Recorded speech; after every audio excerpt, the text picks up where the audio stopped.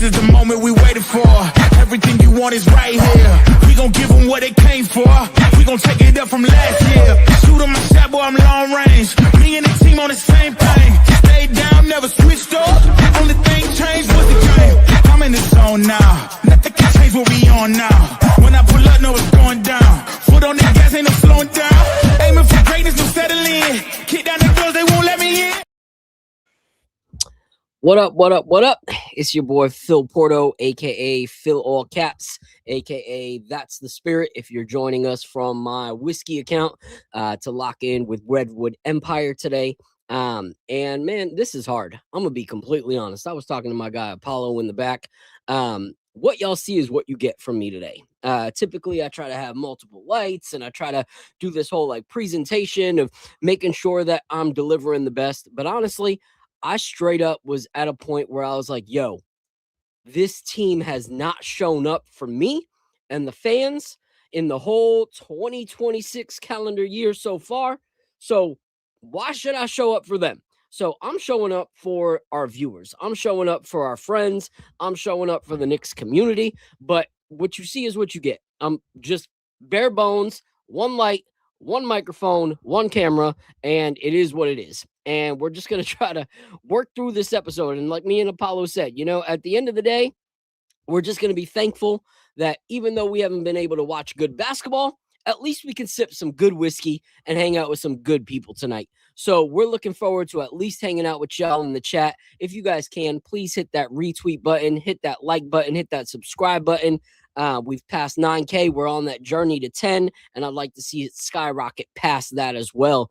But shout out to all of y'all that are here on a Friday night. We know that it's not the most ideal day to be sitting watching Knicks content. But with the schedule that we've had and the late nights, this is all we could really do this week. So we'll keep it short and sweet for y'all. And without further ado, I'm going to bring up my guy, Mr. Apollo, who I know that, like, you know, it's hard to create content right now as a Knicks fan. So I appreciate him and I'm thankful for him. So we all need to give him a round of applause for going to work today and then showing up to talk about the crap storm that is the New York Knicks 2026 season so far. So Apollo Reed. No, time out. No. Apollo Reed. Hold up. Apollo Reed. All right. Because I kind of have to be here. You make a choice, you know, to come and be part of this. You could just text me and be like, bruh, can't do it tonight. And I have to deal with it. You know, I have to be like, all right, he doesn't want to talk about how bad we've been. I accept it. But me, I don't really have that luxury. So I appreciate you. How you doing, bro? Oh, you're on mute. You're on mute. You made that rookie mistake. I did. I definitely did. My bad. Everybody welcome Apollo Reed to his first week of content. Yeah, that's like the first time I've ever put myself on mute backstage.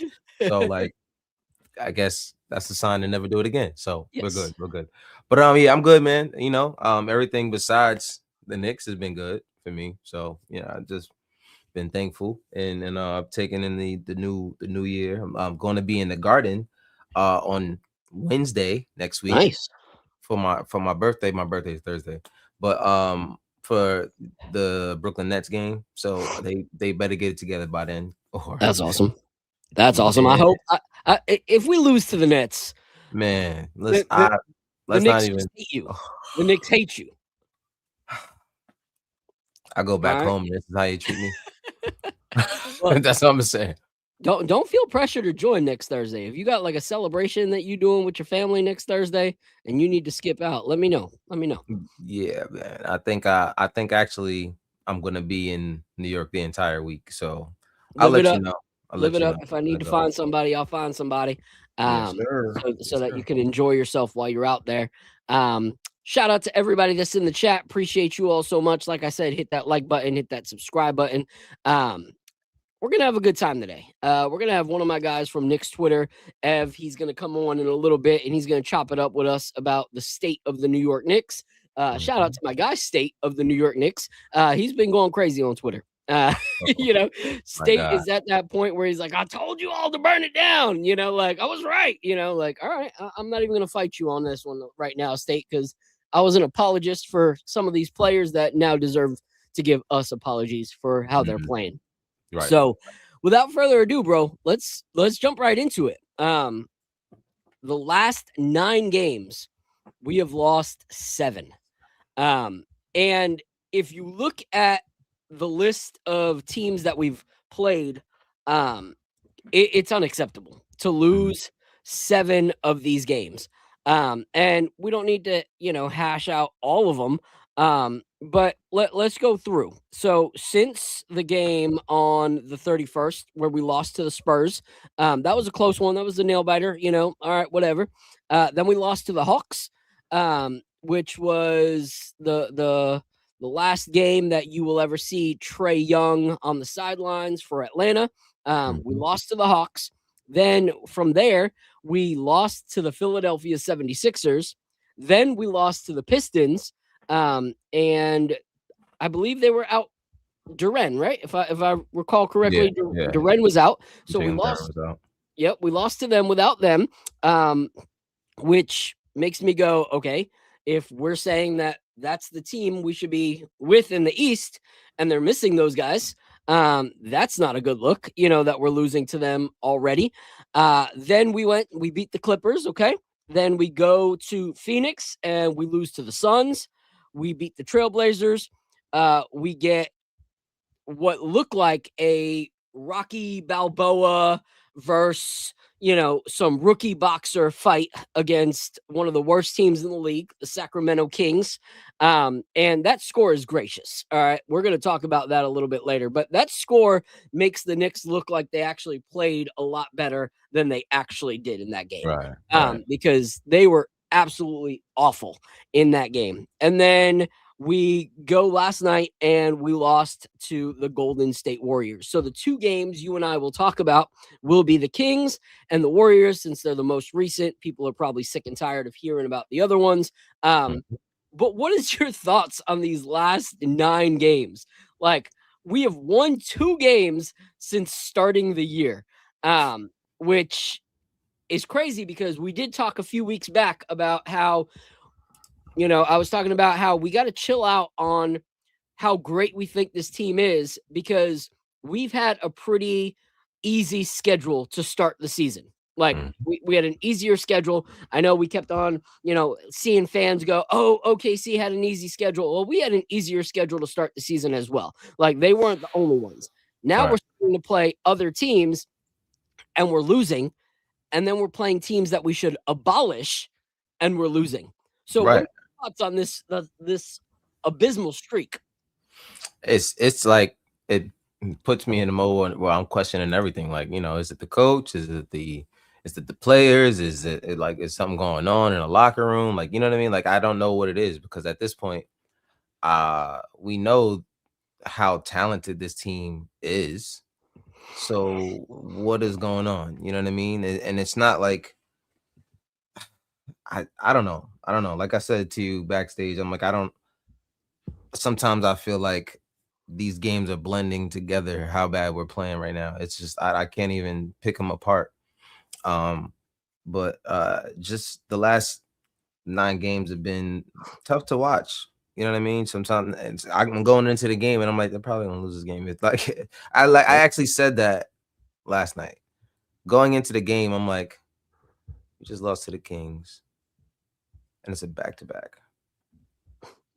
I think we're losing tonight. Brunson's not playing, Mitch isn't playing. Cool. We'll see. We'll see how this goes. And it's not like I don't have faith in these guys. It's not that. It's just the way that they've been playing recently just hasn't made me feel like they know how to handle tough situations right now. Yeah. I don't know. Yeah. And I'll be honest, I'm gonna play this little video right here, because this is exactly how I feel over the last few weeks watching the New York Knicks play. And Knicks fans, we have an unhealthy loyalty to this team. Like, even as bad as it's been, if like last night, the Golden State game, I had a friend that was in town from California, so we went out and we all had dinner. I didn't get home till 1 o'clock in the morning. What did I do? I sat down and I watched that pathetic showing of basketball by our New York Knicks last night at 1 o'clock in the morning. And then had to be up for the grind again this morning. And so, and that's not just because I'm a content creator. That's just because New York Knicks, we love pain. Like Yeah. New York Knicks fans love pain. Yeah. So this is how I feel. I'm gonna share this little video that I saw on Twitter because this is how I feel every time I've been watching the Knicks this season. All right. Or this half of the season at start of the new year. Here we go. When you finished your workout and thought there was I don't care about the audio. All right, so this is how I'm feeling. Oh yeah, Knicks are killing it. Knicks are killing it. Oh yeah, we got this. Boom. And then the start of the year. Bing. Oh, I knew it was coming. Did not see that coming from our Knicks. Like Oh my I saw God. it coming in that video, but I did not see that coming from our New York Knicks Ready. to start off this year. And so the most recent losses kind of are the most concerning for me. And just like you said, so many people don't know where to cast or throw their blame or concern right now. Like everyone is kind of at a loss, and you see some of Nick's Twitter, some of Nick's Instagram saying this is all Mike Brown's fault. If Tibbs was here, like stop with the Tibbs stuff. No, like there's a reason Tibbs isn't here. But you got people that want to blame Mike Brown. You got the people that want to blame, solely Cat. You want to people that blame McHale, blame Ode. And I'm at the point where I'm like, y'all all haven't showed up. Like you haven't. Like Yeah. in one, there's typically one player that shows up in each one of these games. Like none of them have showed up every single game in 2026. It's been, at least we had this guy show up for this game or this Right. guy show up for this game. But for those that want to solely blame Mike Brown and say, well, we were told that we had a winning roster and that all we needed was a new coach. Well, it doesn't just work that way. Like, Right. it's not like we hired him as soon as the season was over and then all of the moves that we made fit into the new system that him and Leon Rose wanted to implement. Like they fired Tibbs, they signed Yabu, they brought in Clarkson, they got shit. Like all that stuff was happening before they even had a coach. So it was like there was no direction of where they were going. So if you're going to bring a coach that's going to say this system sucks and it's flawed and we need to do it the opposite way of it's done, but none of the players on our roster actually know how to do that, like, or are willing to make those changes, that's a huge concern. Like that's a big problem to just expect it to happen. And then you're going to blame the coach when it doesn't happen because you and I talked about it when we saw JB and Cat really adapting to the new system earlier, like after the first 6 games were real shaky, we saw them start adapting. What did we hear from the announcers? This New York Knicks team under Mike Brown now playing with pace, now playing great defense, now moving the ball, assists are high, this, that, and whatever. We have not heard an announcer say any of those things about our players in the last 9 games. Yep. So is that a Mike Brown thing? No, he tried to implement the system and the players were adapting to it, but now they're reverting back to old ways. And so that's an issue. So what are your thoughts on all the people that just want to blame the coach and give all the players the scapegoats? I mean, it's easy to blame the coach. It's just they're usually the first ones to get tossed out if something's not working. So it's easy for people to say the coach is the reason why this isn't working. But like I said on Twitter like a couple of days ago, I'm like it's been 2 different coaches now with these guys, and we have the same kind of questions every now and then. So what are the chances you know what I mean, that it just might be the guys themselves that have to dig deeper and play more, play better? It's not just about being talented, you know what I mean, and it's about showing up and wanting it more. And every team we played in the last 9 games wanted it more, besides for the 2 games that we won, of course. But they play like they wanted more, and that's just the odd thing to me is like what happened? Like these guys were really playing well. Even the NBA Cup, like it's just a different vibe, and I'm not gonna blame the cup and all of that. I don't think that it was too long ago at this point. It was a Yeah. month ago. So you had time to adjust to that. What happened? Something happened where things just haven't been the same. You hear in the way his tone in certain interviews and certain guys' body language towards certain guys on the team. It's just something's off, and it's Yeah. talent is not going to get you over that hump.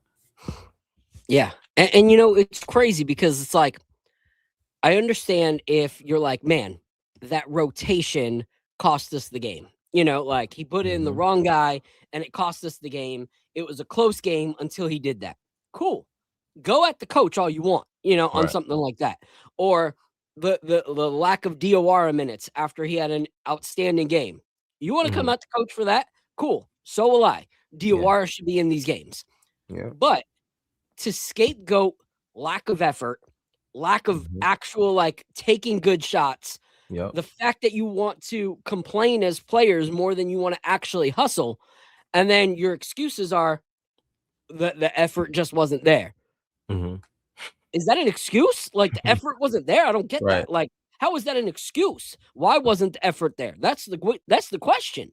And Mhm. so for me, it's just frustrating to see that because like we have seen what this team can do, but we're also seeing what they're refusing to do now.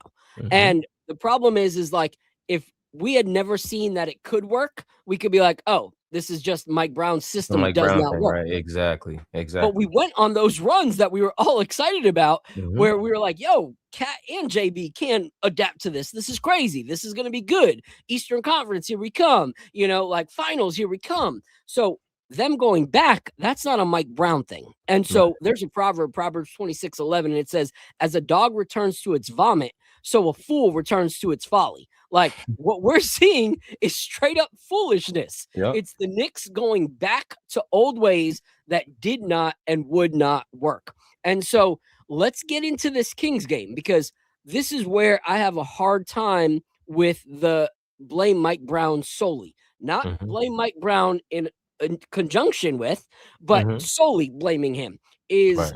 what you see from games like this Kings game because this should have been a win. Like us versus the Kings first, no Sabonis. Okay, so you take Sabonis out of their lineup, which is who pretty much facilitates for them. Like he's the guy that they typically run their offense through. We lose 112 to 101, but we looked horrible all night. Not a single player of ours, bro, more than 20 points. Not a single player. And OG JB wasn't there. and JB was out. So it's not like, oh, well, JB didn't share the rock. That's Mhm. why Cat didn't shoot. All the people that want to crucify Jalen Brunson and say that the reason Cat doesn't get touches is because Brunson's a ball hog. Okay, well, when Brunson's out after the first 4 minutes, who's ball hogging now? Like, why isn't he getting the rock? Why isn't he taking his shots up? Okay, Karl Anthony Towns didn't reach 20. OG didn't reach 20. McHale didn't reach 20. McBride, none of them. All those guys making bank. 51 million guy, 51 plus million in Towns, no 19 points. And that's without your number one there. Okay. So listen to these stats and it kind of gives you an understanding of this game. So none of us had more than 20 points. There was a measly 23 assists, and we shot 19% from three. Okay. And then you look at them, they had 3 players that were all over 20 points. And their 4th highest scorer was Russell Westbrook, who had just as many points as Karl Anthony Towns. And they shot 37% from 3. And that might not sound like a great number, 37% from 3, but they made 10 3-pointers. And it might not sound a lot if you're talking about certain teams, but they have the fewest threes made by a team this season. Like they're one of the worst, when it comes to their shooting and the amount of threes that they get up as well.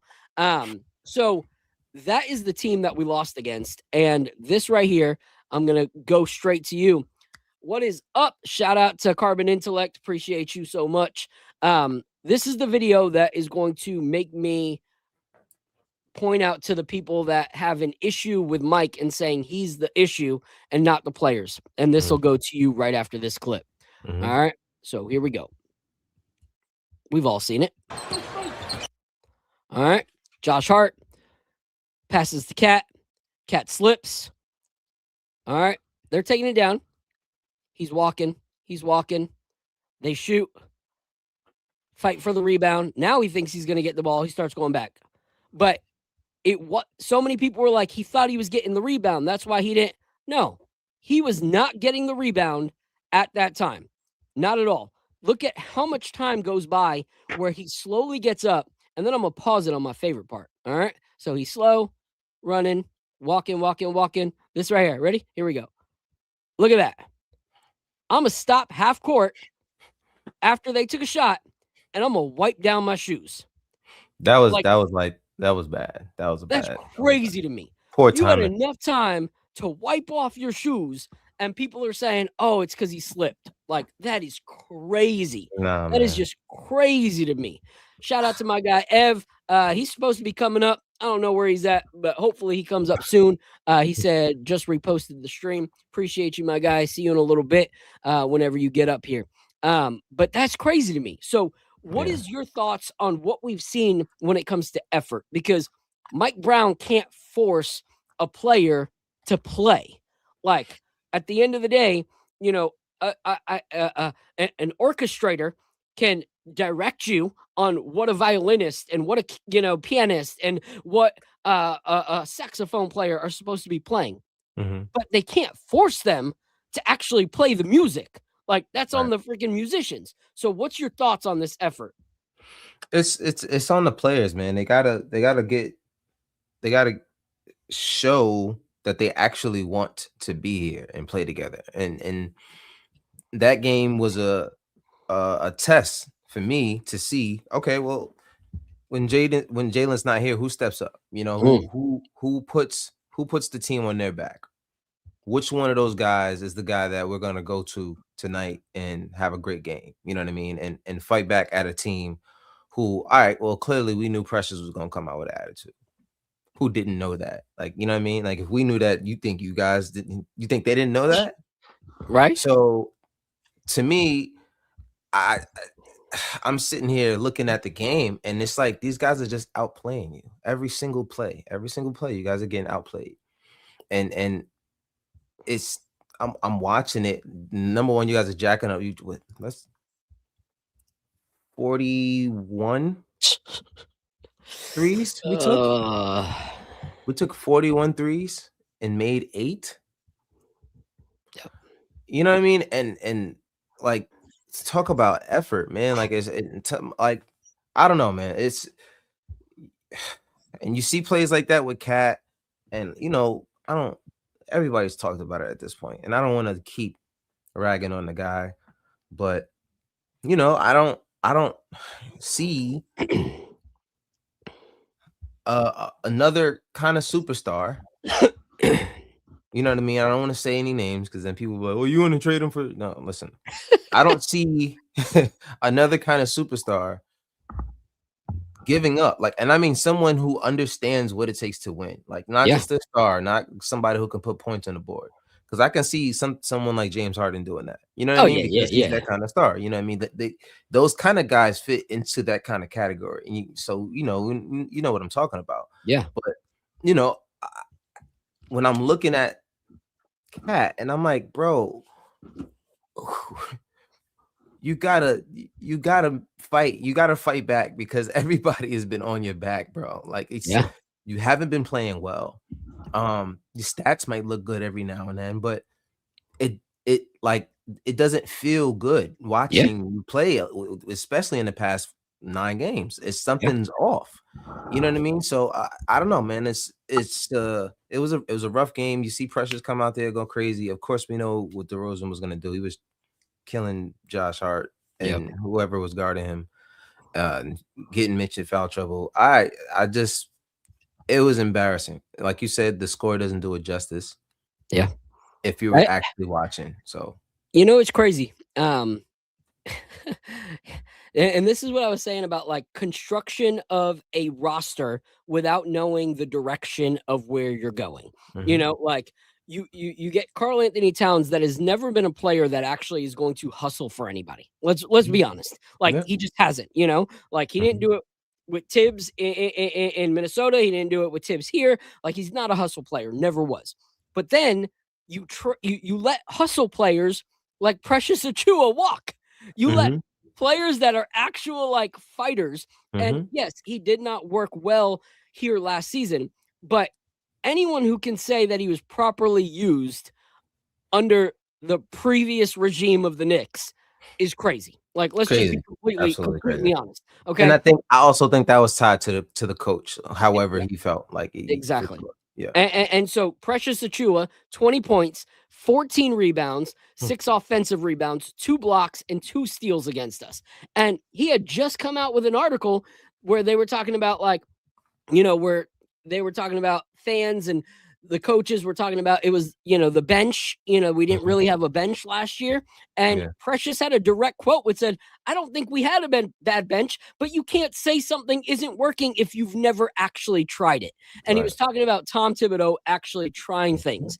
And so we're going to bring up my guy, Ev, because I want to get his opinion on what we're seeing when it comes to the effort of these New York Knicks.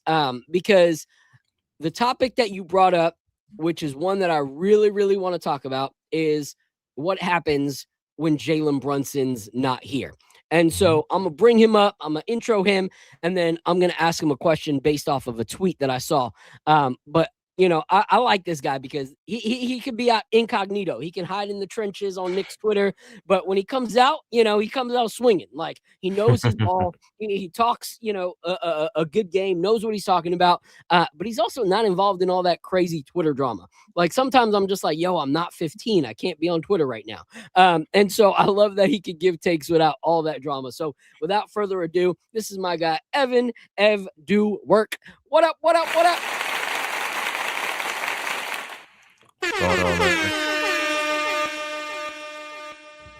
How you doing, bro? Oh, you're muted. I can't hear you. Can you hear him? He's not muted, but his mic, I don't think his mic, I can't hear him. Oh, yeah, your mic's not connected. Let's see. Edit mine. He was muted at first. He might have to. No, I hear nothing. Are you on a phone or are you on a computer? Computer? All right, so at the bottom, you'll see the little picture of a mic to the left with an arrow up. So click that and it'll show you the different mics that you can use, and make sure it's the one that you have on you right now.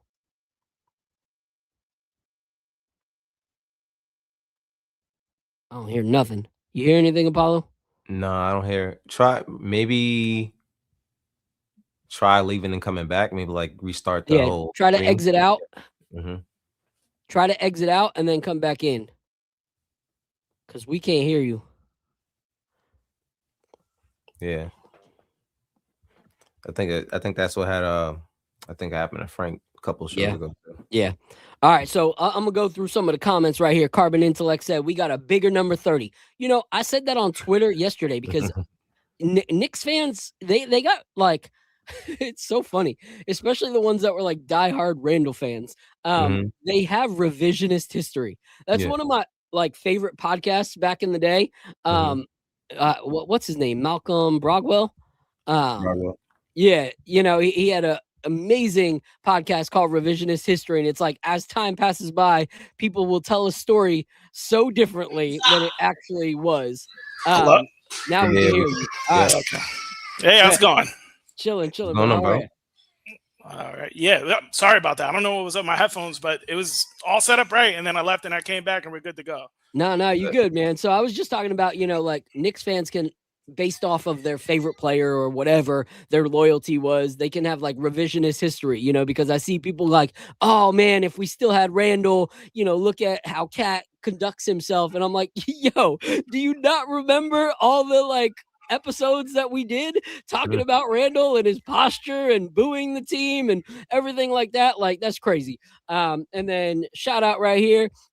We got Cali M727. How about Bridges free throws? He plays soft. He does. You know, a lot of our guys are playing soft right now. I actually was on a tweet yesterday, and you know, I was like, "Yo, this is the Charmin Knicks. You know, this is like the toilet paper. You know, breaks so easy. Don't wipe too much; it'll split." Kind of Knicks. Kareem Grant, shout out to you in the building. Shout out to Banga right here. Cat needs to be better than what he is doing. We traded for him to put us over the top. I see a trade coming if that doesn't get better soon. I agree. Is it me, or has Cat been worse since he proposed? I don't know, man. I don't know about the proposal. I mean, but I don't know. He ain't focused. Once you start to like transition into becoming a married man, the unhappiness just like comes in, you know. And he's just been wearing it on his face this whole time since. Well, I speak different because I love being married, but I'm also the actual man in the relationship. I'm not so sure that's the case with Cat. All right. So, you know, it's about, you know, it's about whatever. That's fine. Shots you know, but anyway, all right. So, Ev, I want to get your thoughts on something. All right. Because Apollo was talking about how, you know, the big question is, what are we without Jalen Brunson? Like, who steps up when Jalen Brunson's gone? And I saw a tweet, and I tried to find it to give credit to it, but I couldn't find it. But it was like, the Knicks without Jalen Brunson look like a play-in team at best. And I started to think about that, and I was like, yo, that's exactly what we look like. Because even with Jalen, we've been struggling. And now without him, it doesn't look like anybody has shown up to play these last two games. And so I started thinking about the other players and the other teams, and the fact that we just got passed up by the Boston Celtics, who have played all season without their number one in Jason Tatum, says they're built differently. They're run differently. Like that, without their number one, they're still contenders. You look at Cleveland. Cleveland has had stints where Donovan's been out. There's stints with Garland's been out. Mobley's been out. Yet they still can hold their own when their main guy is out. Cade missed 5 games. They're still number one in the East. So where do we actually stack up with all these teams? Like when it comes to who we have that's going to be a dog when Jalen Brunson is out. So I'll throw it to you, Ev. Shout out to my guy, Ron, in the building. Appreciate you coming out, bro. I know you're busy. I know that it takes a lot for you to come support. So thank you so much. We're going to talk about this topic, and then we're going to transition into not only some whiskey talk, but whiskey talk with enemy territory. This guy that's coming up, great master distiller, but the only curse about this man is that he's a Golden State Warrior fan. And after the abuse that we faced last night, it's going to be a little hard to talk to him. So I'm looking forward to the whiskey, not looking forward to celebrating the Warriors win. But Ev, what are your thoughts on us without JB? Who the heck is this Knicks team? So I think, you know, in prior seasons, right, in like the Tibbs regime, like we would lean into variable ball. You know what I mean? Like we're going to shoot a ton of threes and see what happens. You know, the defense was solid enough in most cases. The hustle was solid enough in most cases where in the games that JB wasn't playing, we were able to kind of make up for that. And I think now just it's so weird because this team has been so much of a roller coaster already this season, you know, with the not so great initial start the first 5 games and then being able to find a rhythm, kind of dominate the month of December in the Eastern Conference, win the cup. They really found their stride offensively, though there was still a lot of like very glaring flaws, right? Yeah. And those flaws still, they present themselves even more when Brunson isn't available. Just because do all the planets fall when the sun's not out, you know? Like does everything just sink? And it seems as if there hasn't been a lot of freestyle coming from the other players when, you know, our offense kind of like stalls a bit, right? We come down the court, we do those exchanges at the top of the key, no matter who the point guard might be, or over onto the wing, and then from there we kind of see what opens up through our cuts. And outside of that, when that kind of gets taken down, you saw like even yesterday with the Warriors, they would just start to jump that initial pass that was going to Cat at the top of the key. It's like, okay, well, what's next? What's our freestyle, right? OG was able to do some of that yesterday with being physical and driving aggressively, stumbling to the rim, but aggressively stumbling to the rim enough times for us to get some points, right? So it's like, who's supposed to take that mantle? It's like there's just such a fall off in. I use the word leadership, even though it's tough to point that leadership right now when you're on a swoon, the way the team is, but the lack of leadership when, or at least on the court, offensively when JB's not on the court. It's like, all right, so who's supposed to take the ball next and really do this? And a lot of times you would want that from Cat. And and it's just sometimes it's so inconsistent. You just don't know what you get. Like, I sit around waiting for like the possible Cat barrage because they can happen. Like all of a sudden he hits 4 threes in a row and we're rolling, en route to like a 14, 15 point quarter for him that, swings the game. And a lot of those are able to happen without JB in the court, at least a lot of times last season. And in that stretch in December where the Knicks were able to win, they'd come out with that second unit in the second quarter that would have no JB, another point guard, whether that be Deuce or Kolek, and he'd be able to find his offensive stride that way. But you're not seeing that right now. And I don't know if it's a lot of it could be that he's in his own head. His coach has very publicly called him out now a few times, a few games in a row. And I imagine that's tough for him as a player when like everybody's not really playing too well. Yeah. Some of the shooting woes cured themselves yesterday. Macau 9 for 11. You'd wish someone who's shooting that well would shoot more. OG was able to get to the basket more, but like, it's a team effort. Outside of really Deuce, who's been lights out for a few weeks, it's been a team effort as who's not been that good, who's not contributing offensively. And really only 1.5 guys, because Macau was called out for the Sacramento game a little bit with lacking the physicality, have been, taken to task publicly. And that's Cat. And very similar to Randall, he needs a face coach, bro. Like he comes in with the boo-boo sad face, and you see it initially, like in the first quarter, after a lot of his own self-inflicted wounds with the fouls. So it's like, how could he kind of bounce back for that? Like you almost sometimes need like that big offensive explosion game in a W to kind of like be like, all right, man, I'm Cat. I'm multiple time All NBA player. I was brought here to be, a step forward for this team in the big city.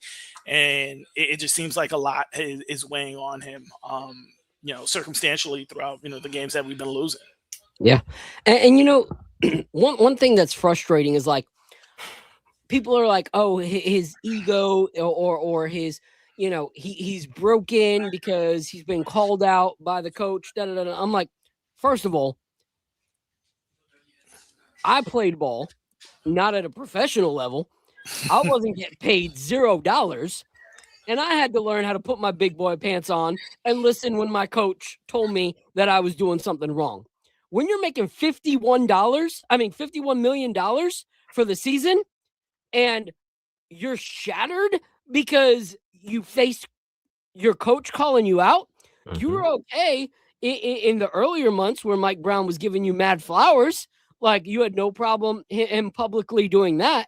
But when he's on the sidelines telling you, stop doing this, and you don't, and then he gets asked the question in a post game, like, really, that shatters you? Like, do you deserve $51 million if that can make you not be a professional basketball player when that happens? Like, no, you got to toughen up. Like, and that's where the whole he's soft thing comes in, because it's not just soft on the court. Like, he's soft in life right now, and mentally, he's just not got a dog mentality. And the frustrating thing is, like, yes, like you said, he can have those nights where he just will hit 4 threes back to back. But that only happens on nights where he's actually willing to take more than like 12 shots. You have games where he's taking 10 to 12 shots at $50+ million. Like, there was a game he had 6 points or something like that. Like, do not be my 1B and bring me 6 points in a freaking 30 2-minute game, 32 minutes that you played. Like, that's embarrassing. Kolek can do that for me in 11 minutes. Like, that's insane. And so my whole thing with Carl is like, I like Carl when Carl actually cares to be there. Like, he is not, even when you heard his interview of missing Minnesota and missing their fans and how, it's still hard for him not to like accept that he was traded from there. Like, he doesn't want to be here. Like, he does not want to be in New York, And so I think last year, the only difference was that because there was no actual like offensive identity outside of like ISO ball, it was if JB's not working, Cat's got the green light, as opposed to now it's like, okay, we need to get everybody involved. We need to move the ball. We need to move the ball. Well, he's not a move the ball kind of guy. He's I should be that guy, And so that's where it's hard is like, there is no leadership because everybody wants to be that guy. Everybody wants to be that guy. And when you actually see guys get their shots, like OG, the last few games, put it, like you said, maybe a little sloppy, but he's putting it out there. He's going for it. The problem is like in these last few games, you don't see that till end of third, start of the fourth. Like, why are we waiting to play basketball when we're already behind the 8 ball? Like that Golden State game last night, which we'll talk about with Jeff, like they were up in that first quarter. We were up. Like, there's no reason to take the foot off the gas when you're not the better team. And so, like, or when you are the better team, but you don't know how to keep a lead. So that's frustrating to me. Apollo, I'll throw it to you real quick. Then we're going to bring Jeff up. I mean, I don't even know what are we just talking about everything in conjunction right now? Because just wrapping up real quick, like this lack of identity without JB, and then we're gonna bring Jeff up and have a pour and talk about last night's game. Yeah, man, it's I don't know they need a team meeting or something, maybe they've had one already, and that's probably what started it. I don't know.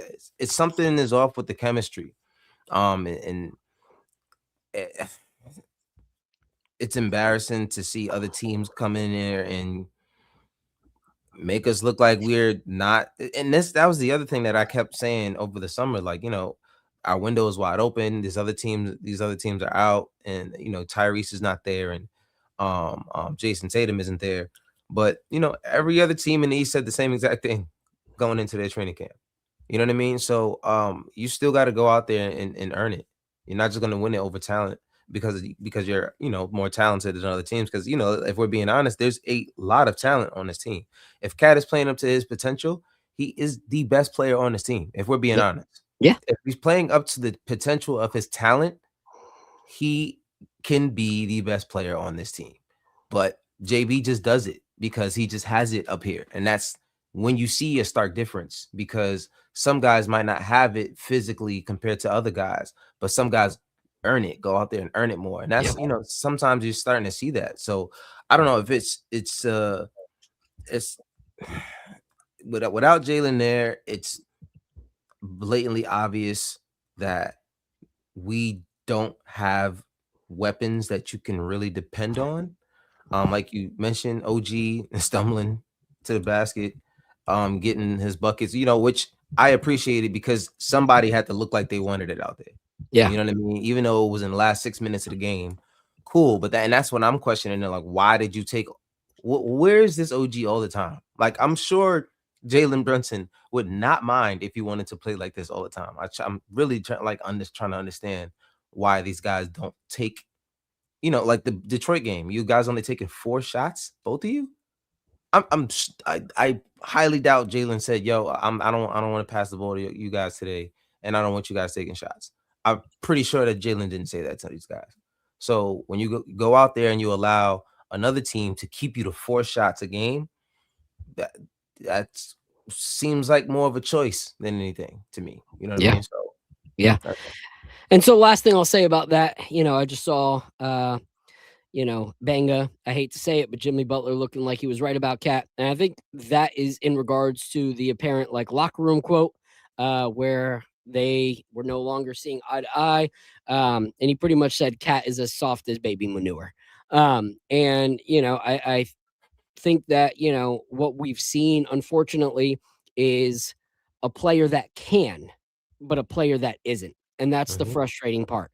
Like, I only hold you to a standard that I know you can be in. You know, like, I'm never going to hold my 8-year-old. I was teaching him today. I was like, all right, Papa, like, I know you love basketball, but let's not just go out and have fun right now. Let's actually learn some of the like main fundamentals you need to learn for good shooting. You know, like, you can shoot, but let's properly shoot. Like, let's get your form right and everything like that. And he started doing it.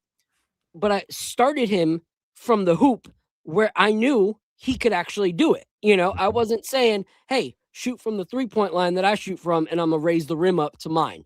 Why? Because I'm calling him to something that in no way, shape, or form can he do at 8 years old.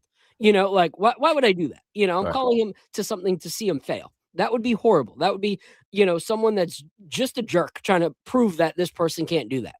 But when I'm saying, okay, this is the standard you've shown me you can do, this is all I want from you, like, that's not uncalled for as Knicks fans to get frustrated when you're not even seeing half of that potential. All year, you've heard announcers say, Cat, all through his career, one of the best shooting big men in the year. I mean, in the league. We haven't seen that this year. Like, for half the year, he was scared to even put up a 3. And now when he does put up a 3, he's timid. And some of them are hitting the front of the rim. Some of them are airballing. Some of them are going in. We're not seeing that. So is it wrong for us to be frustrated that we want to see the best shooting big man? No, that's why he makes $50+ million a year, because we want to see that. Each of our guys, we want to see that. If Josh stops hustling, we're going to have a huge issue with Josh. Because why? He's our hustle player. That's the criteria we hold for Josh, because that's why he was brought here. But without further ado, we're going to go into a little segment. This is the whiskey segment, but it's also one that we haven't done in a little while because we haven't had too many people that are anti-Knick fans. But this right here is a segment that we like to call Enemy Territory. All right. And this is where we bring somebody who is a fan of a different fan base. And no harm against them. They just don't know good basketball, and that's okay. We forgive Jeff for being a Golden State fan. We all have our imperfections. His whiskey completely makes up for it. But this is the Enemy Territory segment, and it's also the segment where we say, grab a drink. It doesn't have to be an alcoholic drink if you don't drink, but if you have something, grab it, pour it. We're going to go through some Redwood Empire. So I'm excited to bring up this guy because this brand is actually one that matters to me because when I started creating content, I was creating content and then brands started bringing me on to do small things here and there. They released an amazing bottle in 2022, which was their Haystack Needle annual release. That is a limited bottle. And it was finished in apple brandy casks. And it was during COVID. And they hired me to do photo and video for the release. And ever since that day, it's been nothing but a pleasure working with these guys. So when I talked to the guy who I work with, Elliot, about the show, he was like, you know, Jeff is actually a big, Golden State Warrior fan. I was like, perfect. After we kick in the Golden State Warriors' teeth, we'll have him on the show. Well, little did I know that it would happen the other way around. But either way, this guy right here, Mr. Jeff Duckhorn of Redwood Empire. Let's give him a nice round of applause. Can you hear me? Yes. Sweet. All right. So how you doing, Jeff? I'm doing all right. Sorry about the game last night. I think that was a rarity in our world. So I think we need it more than you do, honestly. Honestly, though, it's crazy because you guys say that, but you guys aren't playing bad compared to like a lot of other teams because the West is just that much more like of a dogfight this year. It's crazy, man. Yeah. What are we right at the halfway mark in the season? And it's kind of anybody's game. So yeah, if you looked at the Warriors a month ago, it was rough times. Yeah. But we needed it, especially with all the Kuminga bullshit swirling around. It was pretty needed for us. And we had some pretty good production out of some of our role players. Brandon, like his plus minus was Yep. insane. That guy was running around, getting hit in the face, hitting people in the face, just wild man on the court. So Yeah. he had a game. And of course our big guys had their game. But dude, your guy 20 rebounds. I don't know if we've ever had a guy get 20 rebounds on our team. And that was the highlight for him on that game. What Yeah. was his rebounding? But also, you got to look like I got to be realistic with the scenario. Okay, you guys are either running Draymond Green, who's not tall, so like you're a small lineup there, Right? He's a kid out there. Yeah, or your other one is like 5 minutes from a retirement home. After this season, he's taking his check and he's gonna retire, on an island. Or Quentin Post, who's kind of a baby deer out there, who's he's getting his legs, but it's gonna be some time. Yeah, Mm-hmm. but to those guys, they still caused havoc for him when it came to him trying to guard them. He fouled out. I mean, yeah, even Santos, like young buck, was causing some problems. Yeah. But so Jeff, we're gonna talk a little bit about the game once we have a pour. But, I think it's important to get some whiskey in us first. For Yes, sure. yes, For those of we us need that are We need it. drinking. It's I've been celebratory enjoying for you guys it's chatting, fueling and for us. I've already been drinking. I think I have the bottles that you have, I hope. Yeah, we got the Yeah. 2025 releases of Grizzly Bear and Rocket Top. Sweet. So I'm having a little Grizzly Beast right now. Awesome. Affectionately known as the Grizzly Bear, also the Grizzly. Yes. So love it. Yep. So I love it. So for those that are watching, tell us a little bit about like your entry into Redwood Empire. Like what is it about like whiskey that made you go, okay, this is what I actually want to dedicate myself to? Yeah, I don't know if we have the time for that today, but the real short story is that I've always been a passionate maker. I love home brewing and making stuff at home. I was kind of whittling away at our winery in the back as an accountant and really tired of being an accountant. And in 2012, our owner decided he wanted to build a distillery, and I quickly raised my hand and forced my way into the conversation. And when we got up and running in 2015, there was a role for me in the distillery, and I haven't really looked back since then. And I've enjoyed every day of it. And I've personally always enjoyed whiskey. For me, it was always a camping thing. We'd go out in nature and backpack and always bring some fun bottles of stuff and pass them around and share them. So got some good nostalgia around it for that. And just really enjoyed being a part of this Redwood Empire journey over the last decade plus. Yeah. No, I love it. I've loved watching the progression of it. Like it's cool when you see a new distillery and it's not necessarily in your bourbon trail, like, Right. and you're like, okay, how long does this one last? Especially dating back and making it through COVID and everything like that. That's big for, a distillery that's not on the bourbon trail. Especially with, the small-minded whiskey mindset that used to be that if it's not from Kentucky, it's not whiskey, like Sure. that whole thought.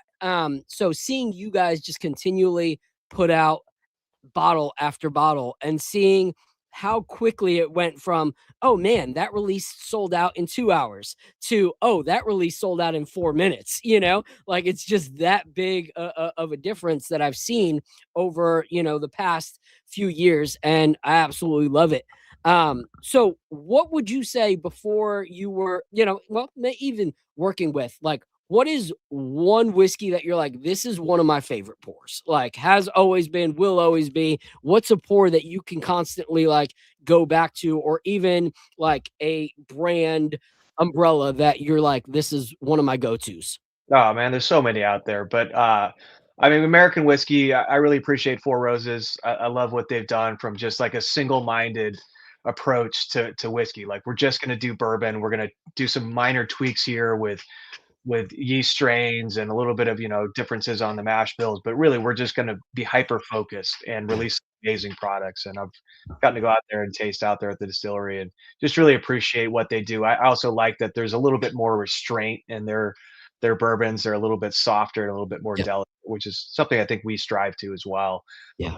And I love all single malt. I'm a, again, being a recovering beer drinker, anything that's made from beer, it's going to be fun and good. So I love single malts from all over the planet. Japanese, Yep. American, stuff from across the pond in the UK. I got to go to Scotland in the summer and drink some pretty good stuff. So I really love all that stuff. But That's I love to taste stuff, right? I mean, Yeah. I'm sure there's a ton of amazing whiskeys out there I haven't tasted yet, and that's my goal is to enjoy those. And so Yeah. I'm always looking for something. I love that. And that's one thing that we've really wanted to do on the show is like people are like, why are you mixing your basketball content and your whiskey content? And I'm like, because for me, it's the best of both worlds. Like there's rarely a time that I'm watching my favorite team that I don't want to try a new glass of whiskey, try something new. And so encouraging people that are watching to be like, yo, there's something else out there. And I want to introduce you to as many brands as possible that can honestly change how you experience watching the Knicks. Love And it. so I'm thankful for you being here. Have you always been a Golden State fan?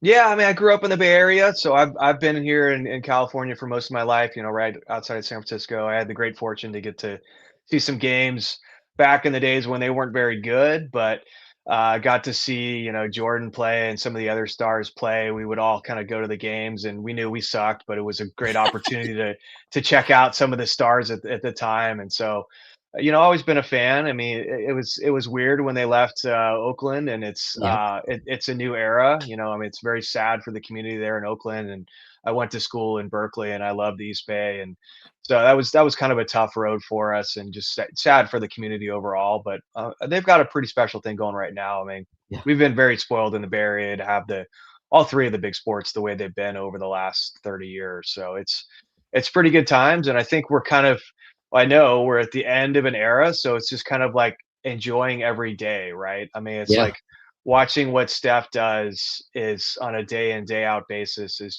it's something special. So we all know we're at the end. And so it's just trying to hold on to that as long as we can and just enjoying the memories. And we know it's pretty soon it's going to be over. Yeah. And before we go into the first pour, I want to talk about something you said, the end of an era. One thing that I really, really appreciate about what Golden State is doing, and you're starting to see it now, like at the start of the season, you were like, uh-oh, this could be, chaotic or a downhill Different lineup situation. every night. Yeah. But we're starting to see something cool is like, yes, it's the end of an era. You realize Curry's getting older. You're realizing Draymond can only be, old man, jerk for so long. Player Like, coach, yeah. yeah, like he's gonna eventually not be able to do this. But you guys have done a great job in making that trade for Jimmy Butler, who's not at that I'm getting out yet phase, kind of in that middle of I'm established as a player, but I still have some time. So as these guys start to exit out, I can be at that level then. And then you guys are investing in young guys that are soaking up what Steph Curry and Draymond Green are teaching them. Like you look at Moses Moody last night, like he is shooting lights out. Yeah, Moody and has come on strong last month. Yeah. Yeah. And they gave him that opener role, and they put him in the starting lineup, and he has really embraced it and been super impressive. And the maturity of him is, I mean, you look at his age, he's a baby, and but he's just his maturity on the court is really fun to watch. Yeah. So you get guys like that, and you get guys like, Brandon. Brandon has been a surprise, like he can come off the bench and give a crazy spark. He gave you guys like what, 24 last night? Oh, 19 last night? Crazy. Like, Yeah. Yeah. He's scary, man. You never know what you're going to get with him. He's just wild. He's a little out of control. You get some heavy turnovers typically, but you get some flash too. I mean, that 3-point he shot from insanely stepping back in the corner, like step back right behind and Steph was right behind him, just like laughing and enjoying it, going like, I taught him that. Yeah, but that's the thing you like about that kind of player is like he can be kind of like a little burst, and you're like, oh, what's he doing? You know, I but mean, it's entertainment. We're all here to be entertained, right? Mhm. Like we want some entertainment, and like I think he does provide that. I mean, Pat provides that as well. Yep. I'm sad to see he's not getting more minutes than he probably should be, but they've got a pretty cohesive lineup right now, and they're Yeah. like coach is not trying. He's trying to really not mess with that too much. I mean, Yeah. I mean, we have an amazing coach, and Yeah. Mike Brown, you know, got to tutelage under them, and I saw the love last night, you know, during and then after the game, and Mike Brown's something special as well. And you know, whatever happened in Sacramento, you know, I don't know, but he's definitely something special, and he's We're gonna very talk well about that respected soon. by our team.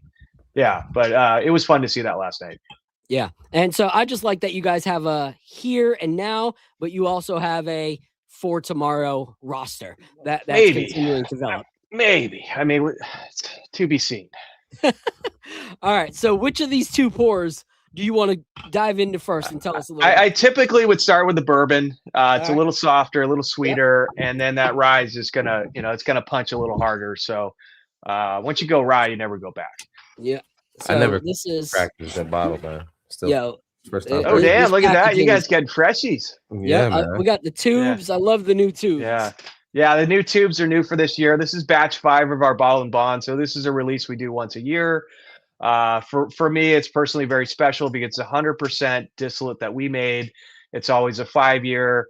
Being a bottle and bond, it's a very specific point in time. So it's a 6-month window, rewinding back to 5 years in the past. We always go through, myself and my master blender, Lauren Patz, and we taste through every single barrel for that window and try to come up with the best possible blend.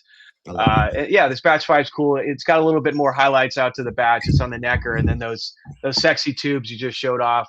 The goal is for those to be different each year, and to just be something fun that's a collectible that you can pull off the shelf. So I love it. Yeah. It's funny. I posted my unboxing of these to announce the show, and I had like so many other whiskey influencers be like, "How did you get a tube?" And I was like, "I don't know." Like, yeah, tubes are new. That's awesome. I love it. Yeah. All right. Cool. But most importantly, it's how does it taste? Yes. Yeah. I'm excited. I've had last year's, which was delicious. But off the nose already, this just smells. Smells good. Yeah.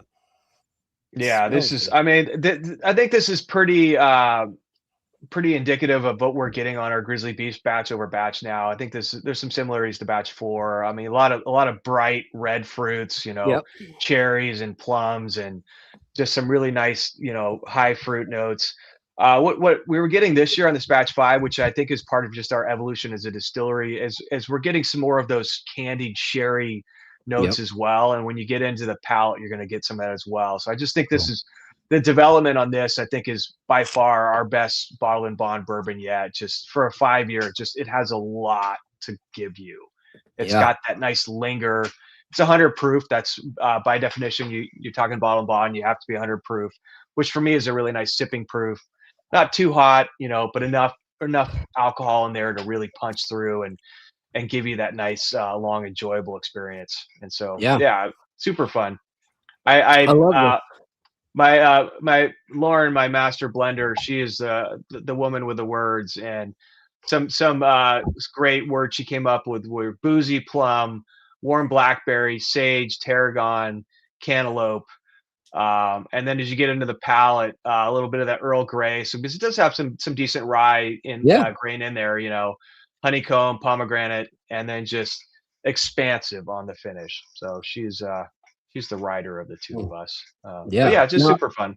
These are fun because they're different every year.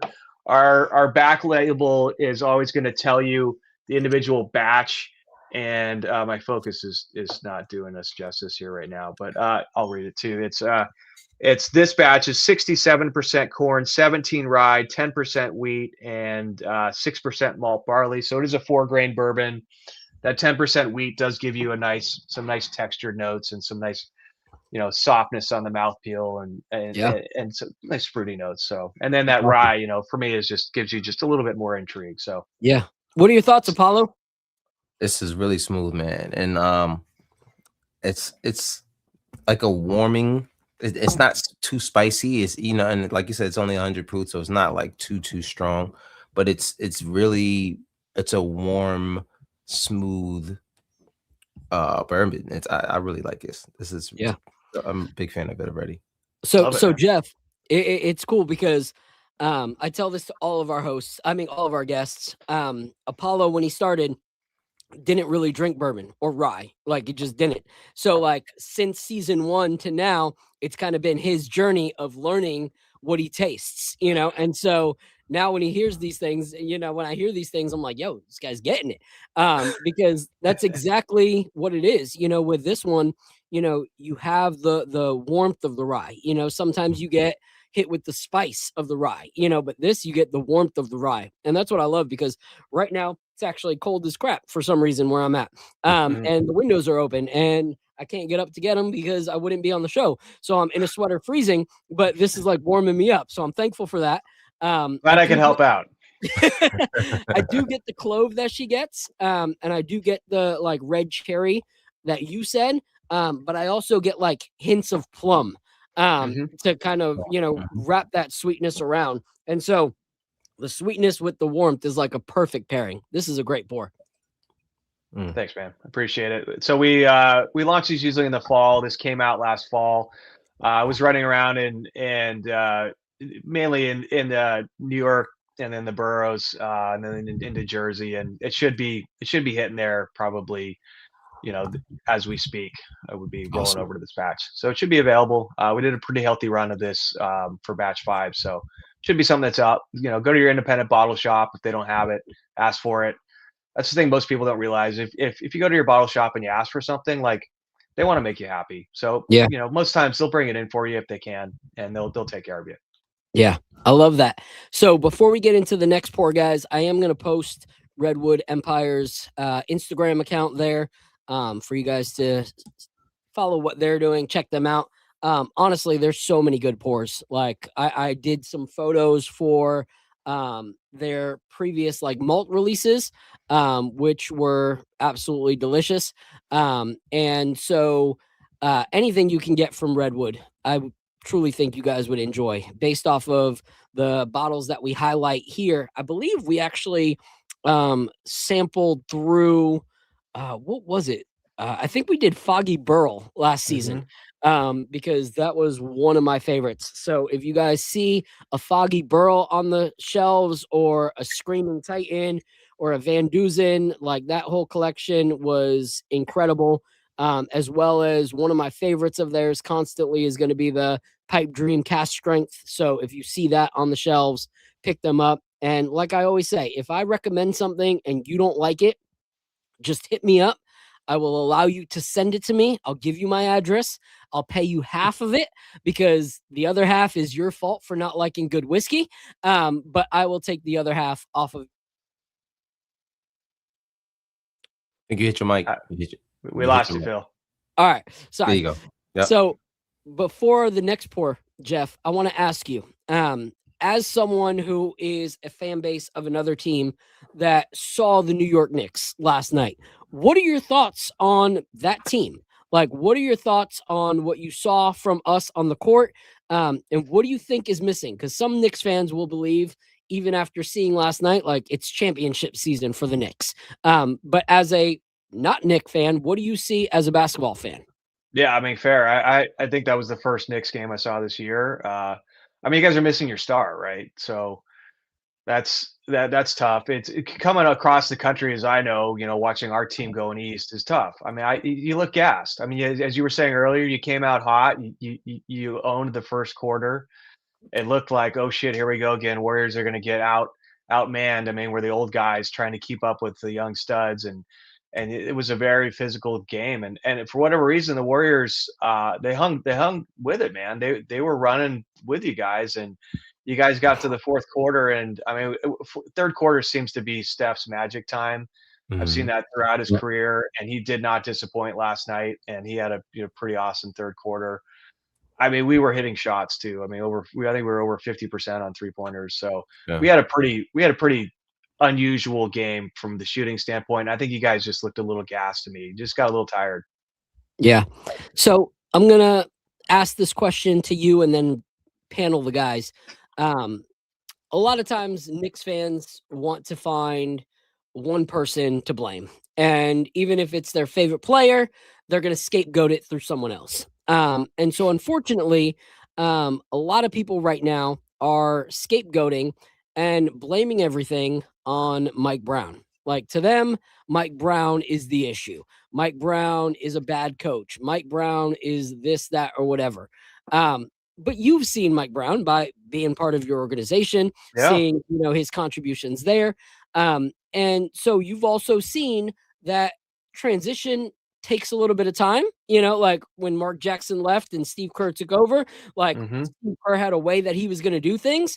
And players either will commit to it or they'll be stubborn. That's their thing. And when we've seen the Knicks actually buy into Mike Brown's system, it's looked good. But when they result back to the ISO focused lack of ball movement, we look horrible and stagnant. So what are your thoughts on Mike Brown as a coach from someone that actually had his team, have Mike Brown on his staff? I mean, as I was talking about earlier, I mean, there's a lot of love for him among our current players, former players. So I just got to gauge that and trust the players. I think he's an amazing coach. He's well loved, but it takes time. I mean, this whole like coaching carousel thing is crazy. The day after the NFL, they fired the runway on a coach now is just so short, and like the expectations are so big, and like it takes time to gel with players. I mean, you can't be expected to come in July was when he came in, right? And then you start playing in August and then September. I mean, that is no time. It takes really, it takes a good solid year to know what you have, and then hopefully be able to make some tweaks there. So I just think as a culture, we've just gotten way too impatient with these teams. And I get it. I mean, there's a lot of money now and there's that win now mentality, but you got to give them some time. I mean, it's tough. So I would hope that, and I don't know what place you guys in. I mean, you got a better record than we do. Yeah. So before the start of the year, we were actually doing well. And we were second in the East. We just fell to third. We're half a game away from falling into fourth. But start of the year has been pretty horrible. We've lost the last 7 of 9. But if the playoffs started tomorrow, you wash all that out and you're number 4, you're in the playoffs and you're playing in the playoffs. So there's a lot of basketball left. I usually if we can be a couple games over 500 in the West, I'm usually pretty happy at this time of year. It's just so freaking competitive. And then you can maybe put on a burst of talent that last month. I mean, injuries are so critical now in all of our sports. And one of those can just take you down. So I mean, I don't know. I feel like you guys are going to be okay. Yeah, I think so too. You know what's crazy though is the West is so good that we only have 2 wins higher than you guys do all season, and you guys are where you are in. We're in the play-in right now, right? Yeah, I mean, you guys are. It's crazy. Right now. So it's crazy brutal. To see the West. Ev, so I had a quick question though before. So that doing now, do you think that I don't know who won the cup last year, but I mean it's kind of a bullshit. Oh, lost you guys for a second there. We good? There you go. Yep, there you go. We're back. Yeah. So I'm just curious what your thoughts are on the cup and now going through it and winning it. Does that create a distraction for the team? And do you think that maybe had a bit of a hangover effect for the team because you're like, cool, I won this cup thing, whatever, and you get like a couple dollars, right? I mean, the players get a little bit of money and team gets some money, but I don't know. I mean, it just seems kind of weird. Yeah. Apollo, I'll let you go first, then Ev, and then I'll go. I mean, I think from a standpoint of mentally, maybe, I think mentally, like people were saying that we might have been gassed and playing the extra whatever and doing the extra travel and everything and all of that stuff. That was the reason why, but I think it could be, I don't even know how to explain it, how the yearning for something and getting it way too early kind of could, damage you in a way. Just in a way. I think at the end of the day, these guys understand what the real goal is. Right. But if you look at the last 3 years, the Lakers won it the first year. They didn't win the championship. They didn't really play well after that. Same thing with the Bucks.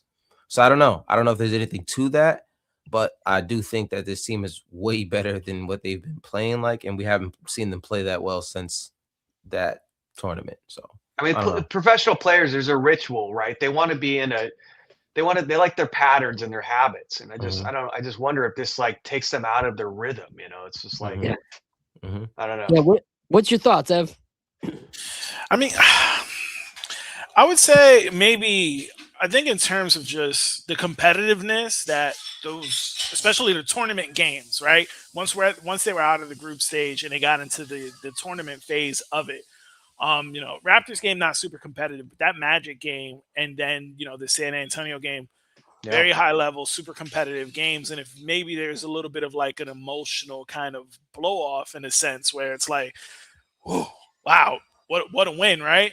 I don't want to blame everything on that, because it's really one extra game, right? At the end of the day, in the playoffs, when you make it to the playoffs, you're playing every other night. And then since the Cup, the Knicks, besides the last two-day break, they're playing every other night. So I don't want to put too much on the Cup for it being the reason as to why the Knicks are struggling right now. Because again, like even when they were playing well in that December stretch, there was always glaring weaknesses that presented themselves. And now it's like, you know, it's just very ugly right now. They're like all the way out, right? The bar lights came on at 2 a.m. It's like, all right, I see what we're walking out with. And that's currently like what's going on with the Knicks in this stretch right now. So I don't want to put it all on that Cup win, because I do think the players and maybe the organization, though it might have seemed like they were a little unappreciative of the Cup win, I do think their goal was to go on. Okay, let's go on to the next thing. So it's a little bit tough to say. I don't want to blame it on the Cup. I mean, these are professional athletes paid millions and millions of dollars to be competitive. Like what got you to the dance is your competitive nature. You know, the NBA, you have to be the 1% of the 1% to get to where you're at, and a lot of that takes being competitive and kind of shying away from competitiveness throughout the course of a season doesn't make sense, especially if you're a team that's singularly focused on winning the NBA championship now. So I wouldn't say that the Cup took too much out of them. Maybe might have thrown them off a little bit, but I just think some of the weaknesses that present themselves, some of the fissures, are starting to turn into cracks on the team. Yeah. You know, and I want to pivot off of that because I do see that a lot on the Knicks timeline. You know, like people saying, oh, they were gassed from this Cup that doesn't have any purpose, this, that, and whatever.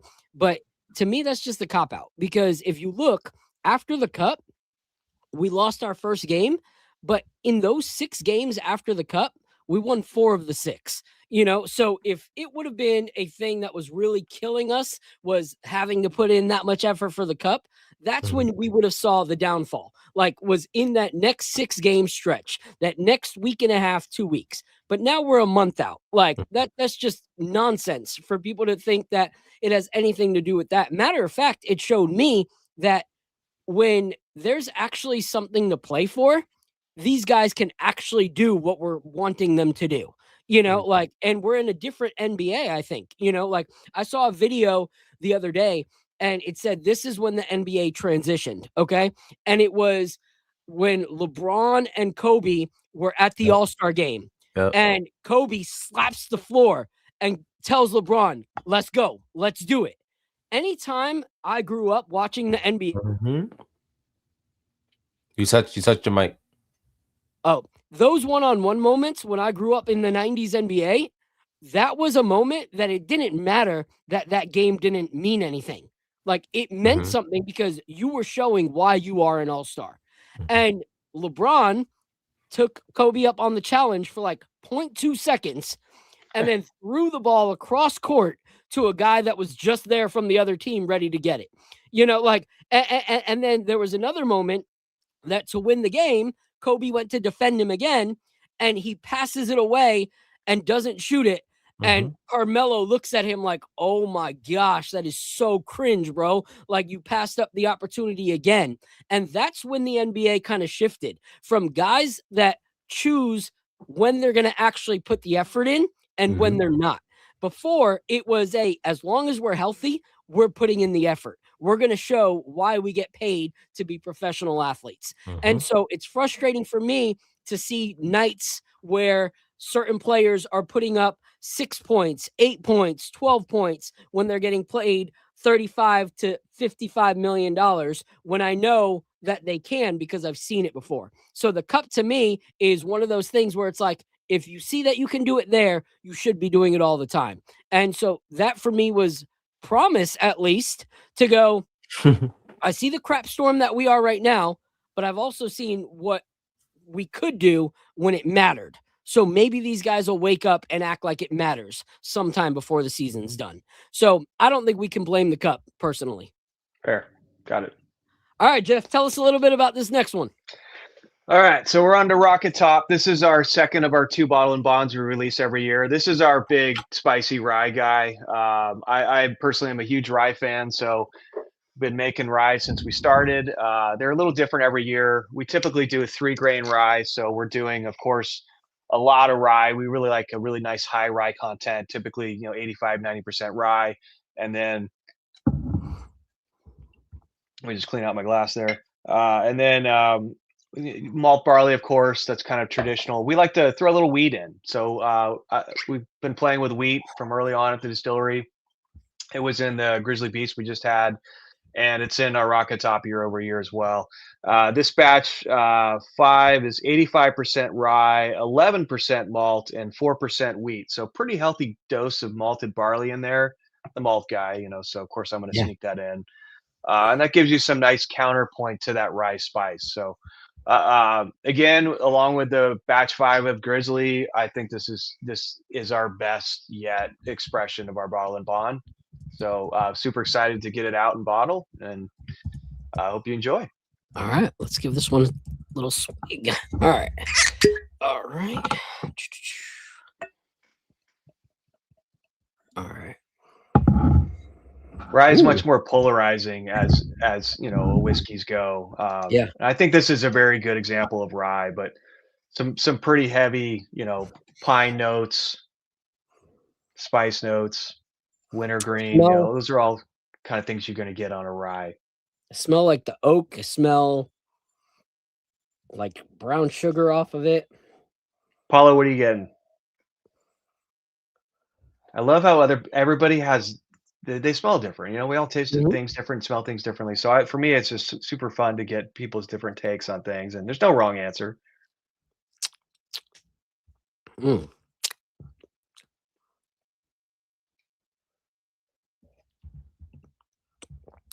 Apollo, you're muted. So it's not gonna hit the same now that I say it again, right?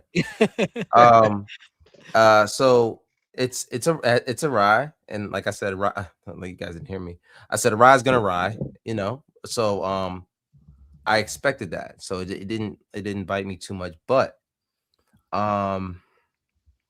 it gives me like a roasted kind of I guess like an almond kind of taste in a way. That's just what I'm getting from it. It's like I said, it's a little bit spicier, but it's still not. It doesn't hit too hard. It's something it still gives you that same warm kind of hum to it in a way.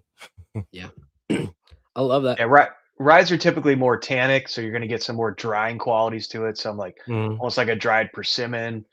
Some of our tasting notes we had, chanterelle, mushrooms, brisket. I mean, it's got a little bit of smoke, some kind of smoky meat quality going on there. But also those wintergreen notes as well. So and then nice long finish. It just continues to just kind of just tingle in the back of your palate there. So it's I love it. It's funny because you were talking about being overseas and like Scotland and everything like that. I'm a huge Scotch guy. Like I love Scotch. And a lot of the stuff I like is the peated stuff because I like smokiness to my whiskey. Sure. And so a lot of people are like, no, nothing with peat. But I'm like the opposite. If it's got peat, I want it. But what I like about this is you kind of get, like you were saying, that brisket, you get the smokiness, you know, like of a peated whiskey without the necessary like peat taste, you know, that comes with it. So I love this pour. And for me, I get like fig Newton, you know, like on it. Yeah. So this is delicious. I told you to stop doing that. You do it all the time, and now I taste a damn fig Newton. This is why. You know what? Never mind. Everybody likes a fig Newton. Everyone does. You know, it's funny. I was in the store the other day, and I'm like, shopping for necessities. I'm like, okay, I need heavy whipping cream for my coffee. Just gonna grab that. Gonna grab what the wife needs. I need to get out. And then I went down an aisle and I saw a big old thing of fig Newtons, and I was like, oh, do I stop? Like, why not? You know. So fig Newtons are always a kryptonite for me. Let me tell you something about fig Newtons. Let me tell you something about fig Newtons. I love fig Newtons. Always have since I was a kid. It was one of my favorite kind of snacks. Right. I'm 19 years old. No, I think I probably at this point I might have been like 20, 22 years old. And I'm at my friend's house. He has some fig Newtons. I'm like, bro, can I have some? Of course. I have some fig Newtons. And it was one of I think it might have been like strawberries, had a little strawberry seeds in there. So you can actually feel like you're chewing on a strawberry a little bit. So I'm eating the fig Newton, and one of those strawberry seeds went right in my tooth and cracked it and shattered my tooth. I have not eaten a fig Newton since that. Really? I smell a lawsuit. I also think it's time Damn to you, fig Newton. Right. I've never ate a fig Newton since that day. It's man, that's rough.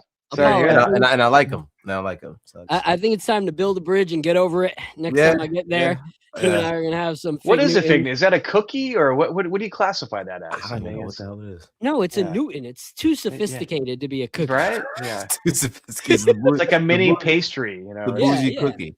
It's a package. It's a packaged pastry is what it is. Yeah, right. Pastry. It's what we like to call a delicatessen. You know, like it's one of those. It's delicious.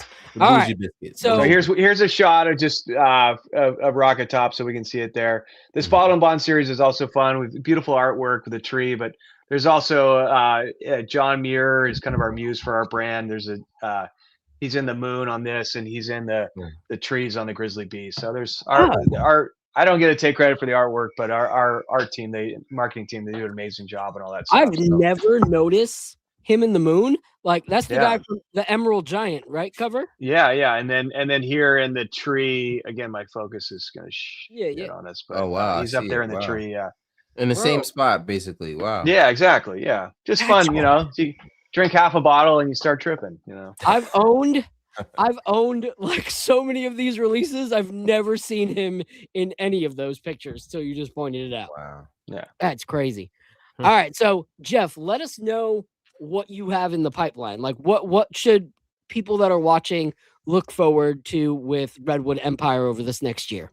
Love it. Okay.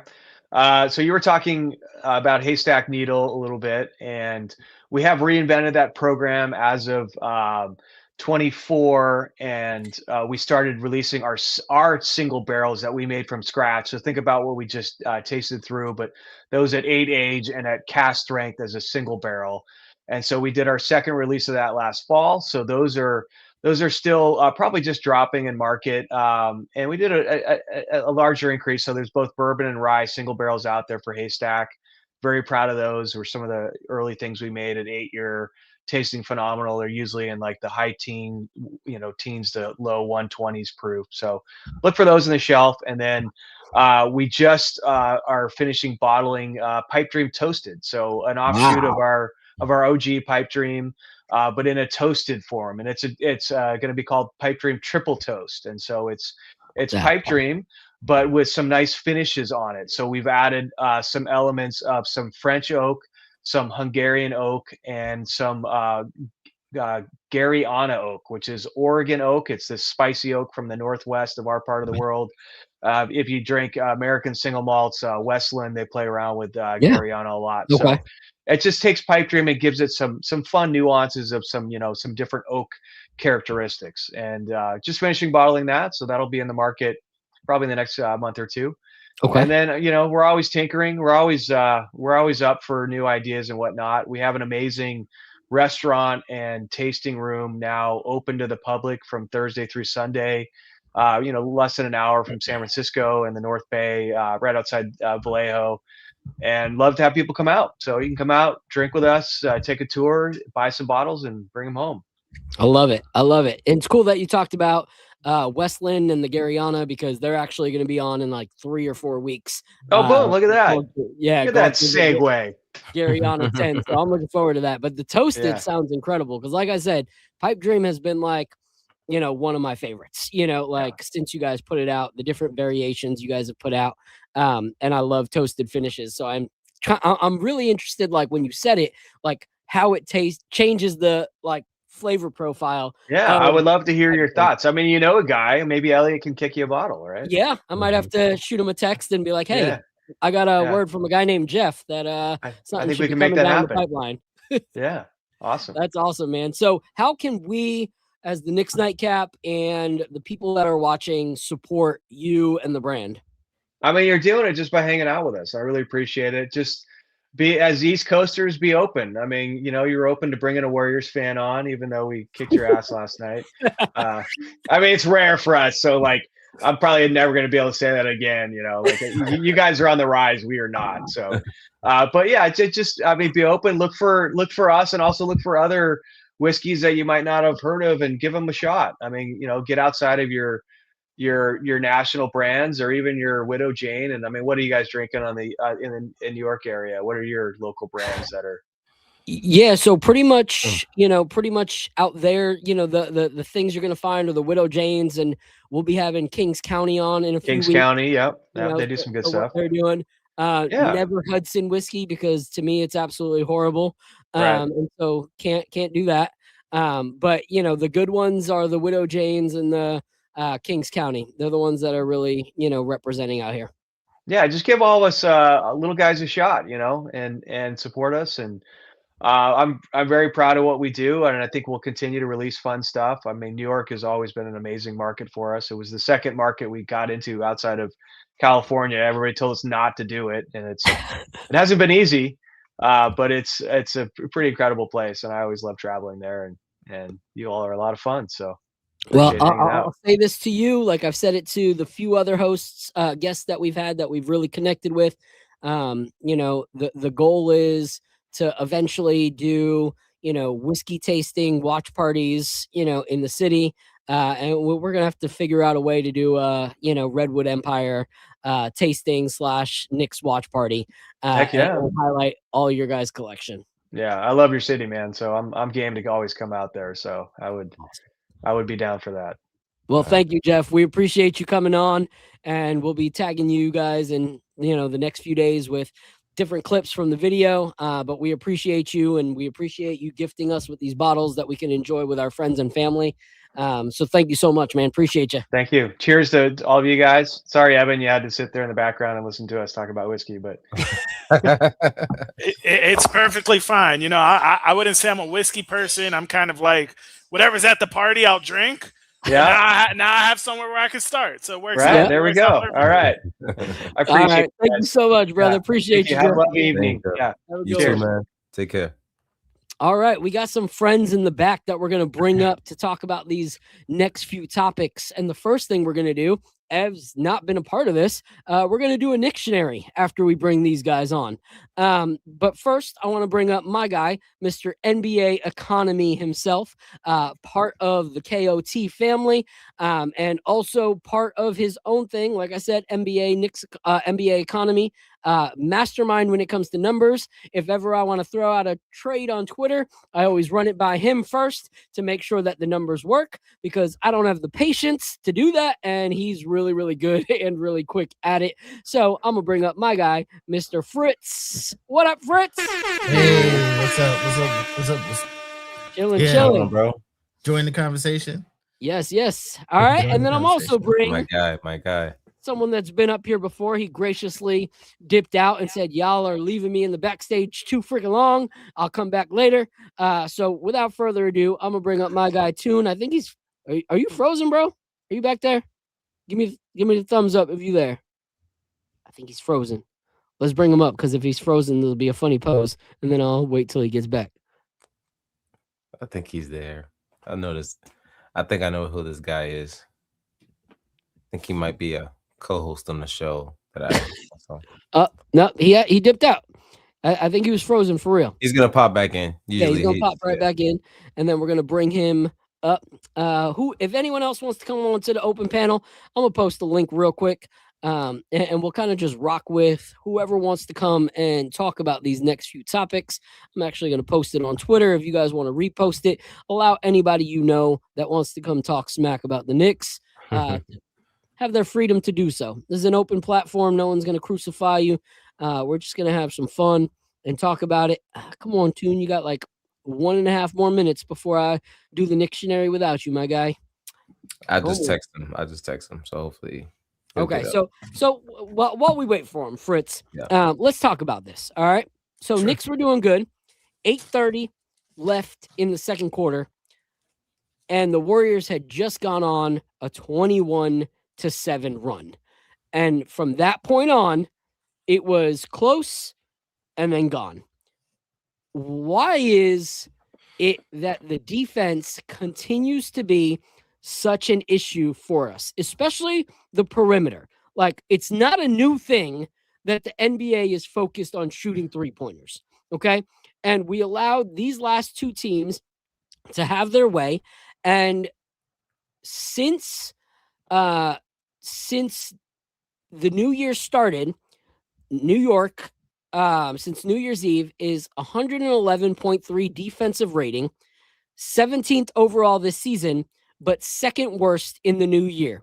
Only team worse than us is the Jazz. And that says a lot. So what do you think is going on, Fritz? Because we know that these guys can. OG got the bag. Mikhail got the bag because of defense. So where the frick is the defense? I think it's just not fun right now. I think I'm probably going to say a few things that people are going to disagree with, but I don't think they're having fun. I don't think they're having fun. I know how they usually say, hey, defense inspires offense, but sometimes if you're doing good on offense, it inspires your defense. I think it's work. I think it's the offense isn't working, and all around it's work. Like they just not having fun out there. We were a step slow. Like watching Golden State yesterday, even when we were beating them, I'm like, they're playing at a different frequency than we are. Like, their passing was crisp. Mm-hmm. They were down. They weren't hitting the shots, but their passing was crisp. They were throwing up open shots. They just weren't hitting them. I think just when they started to fall, I think that was it. I think everything is work to the Knicks right now. Like, there's nothing fun about it. Yeah. You know what's crazy is you talk about how crisp and everything it looks like. There's always that acknowledgement of when something actually works and when something is like an imposter form of it. You know, like when you look at a Golden State Warrior team passing the ball and moving the rock, and the passes can be from across court, around the back, through, like everything is like precision. Like the pass is something they know how to do. Like they are good at it. Mm-hmm. Like us, even when we move the ball, 9 times out of 10 it looks wonky, or it's a dribble handoff. Like, and we call that a pass. Like, we do very simple passes. The only person I really see out there who's trying like odd passes is what's his name? Clarkson, yeah. Clarkson, like you'll see him like try some really like odd passes or crispy passes, but like outside of that, they do just they lob it in. They like it doesn't look like, sometimes it doesn't look like it's a play. Like they're going through the motions, yeah. It doesn't look like it's a play. Like Golden State is like, oh, they practice that, or that's intentional. And sometimes as the Knicks, it kind of looks like, hey, we're just kind of looking for opportunities. Yeah. And let me throw it out there and see what happens. Yeah. I think our passing and cutting, it all needs work. Yeah. It's it's crazy because what I do see is when there's actual movement, like you can see some of the passes look better. Like when players are actually moving without the rock, like you see Kolek splitting the defense, with his passes. But how do you split the defense with passes when no one's moving? When the only thing they want you to do is set a pick and give them the ball, Yeah. So it's like you limit the actual facilitating giftings of some of those players when all you want to do is touch pass, here, you touched it, now give it back to me and let me do this, And so I think that we're very one trick pony, over the past week and a half, 2 weeks, whatever, since the new year. And I think it's rough. I think it's just very rough to see that it's been that way. So Ev apologized. He said he had to pop off. I think he had some family stuff that just came up. And I don't know if Tune's coming back. I don't know if he had an issue. He texted me. He said the kids are wilding. So I don't think all right. Cool. So I'll put you two to the test. All right. And those of y'all that are in the chat, if you could see this, the 160 plus of you that are rocking with us right now, we're going to do this right here. All right. Before we go into the last topic that I want to talk about tonight, here is today's Knictionary.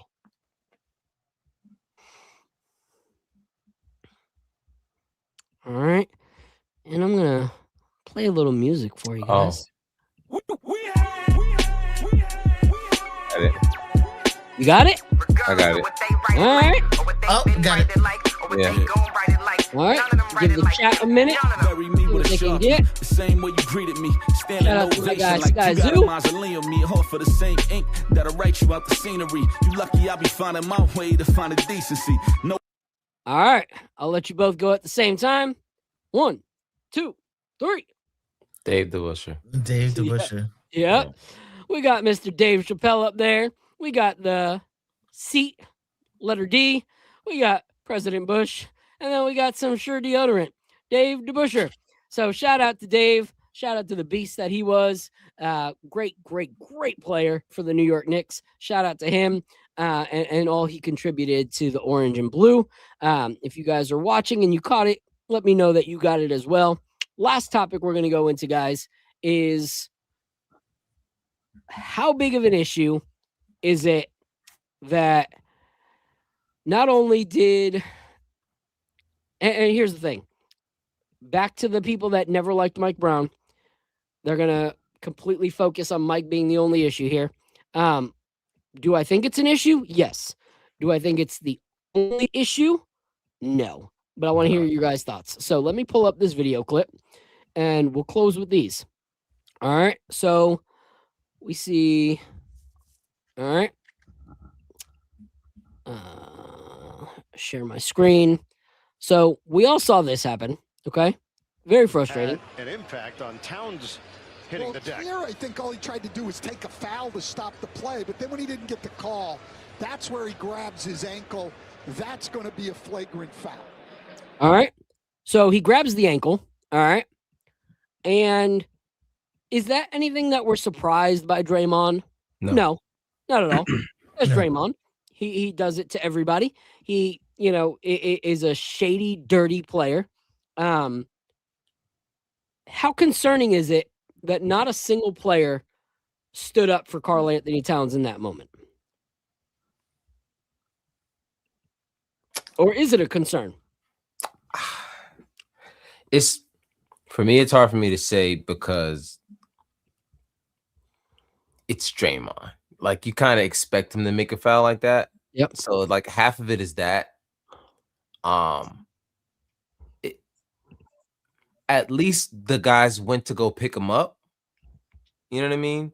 But I do think a lot of it is a lot of the guys are like, I don't even want to deal with this guy Draymond right now. He might say something just to get under my skin. You know what I mean? Because he doesn't really care if you step up for your guy or whatever. You know what I mean? Like, we've seen Draymond in the past like that.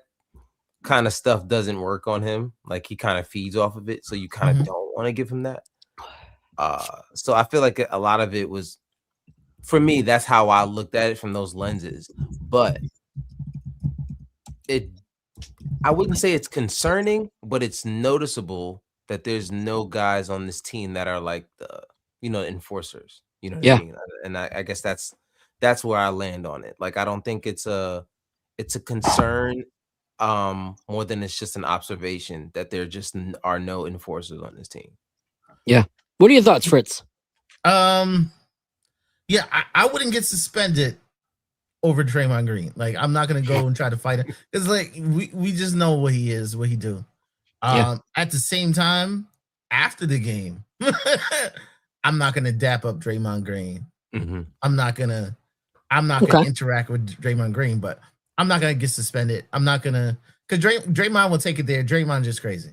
But so answer me this. Yeah. Is this the first time that Draymond has said or done anything negative when it comes to talking about the New York Knicks or New York Knicks players? All day on his podcast. I was surprised just from how much he's been talking on his podcast about us that it wasn't personal. Like to the Knicks, I thought Draymond the whole night, I thought the Knicks would have took some of the things he said personal.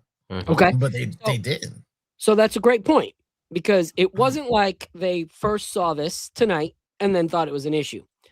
Early in the game, who do you see joking, laughing, playing with, like Draymond, joking around? You see Josh Hart and you see OG, both kind of chopping it up with him, joking with him, whatever. And then no one pretty much brought that up as a huge concern. But then after this little altercation at the end, let me bring that back up.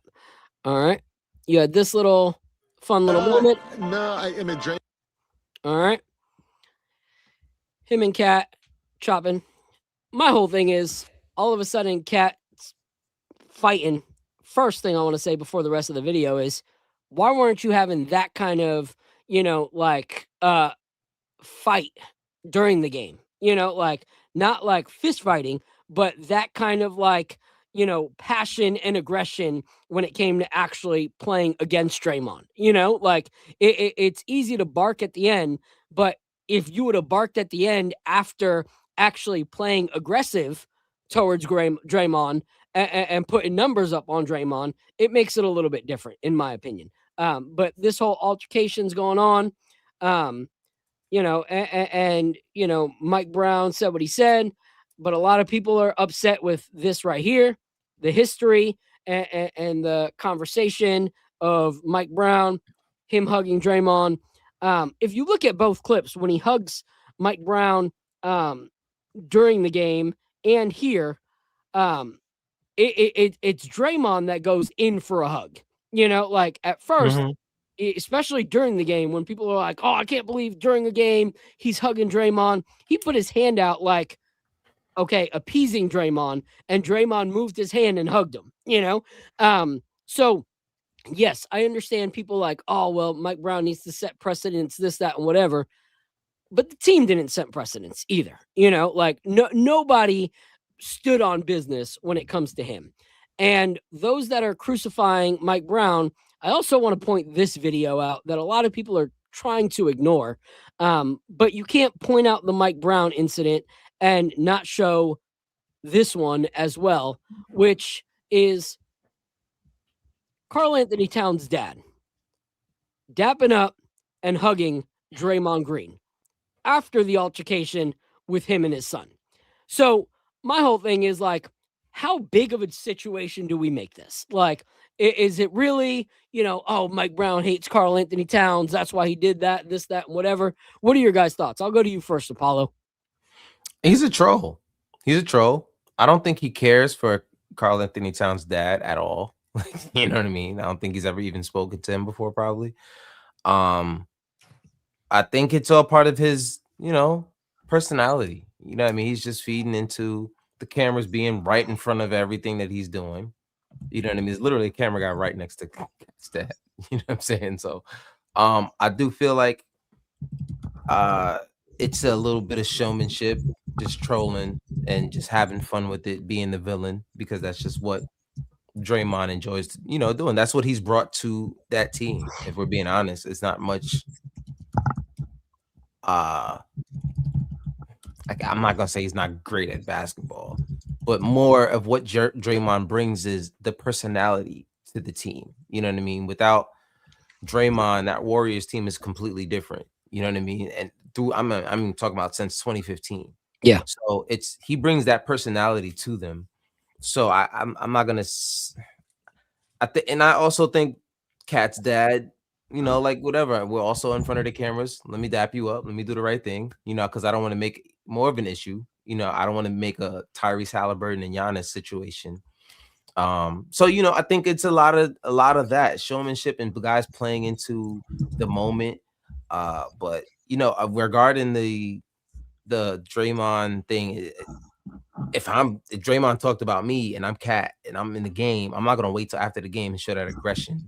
Yeah, like I played ball, and it's no matter what level you play at, you wait for that opportunity to go at the guy who's talking trash about you. You know what I mean? Like you kind of revel in it. But yeah, I think just all in all, Draymond's a troll. That's just what he does. Which is probably why guys try to ignore what he does more often than not.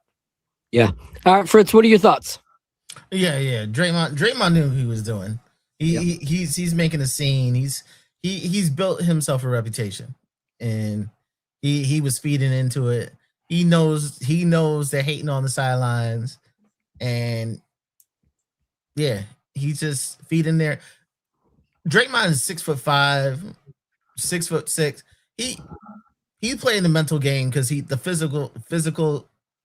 Like he can't rely just on his physical gifts. Like Yep. So like if he can get you off balance, or he got you a little hot, so you acting a little too aggressive, he's gonna use it against you. Yep. I don't know where he went. There he is. He's back. Hello. Yeah, I don't know what happened either. But yeah, I agree. I think it's all theatrics. And it's well timed. You have Karl Anthony Towns, who has been in trade talks left and right over the last month. And what better way for Draymond Green to continue to get his way even after the game than going up, hugging the coach, making it a bigger dissension between Mike Brown and Karl Anthony Towns. And so I think it's all tactical. I think it's Draymond doing what Draymond does. But at the end of the day, I look at what we have seen in the new year. And to me, I'd be foolish to not say, Houston, we have a problem. There's something off right now. There's something concerning. The first 20 games of the season excuse, that's out the window.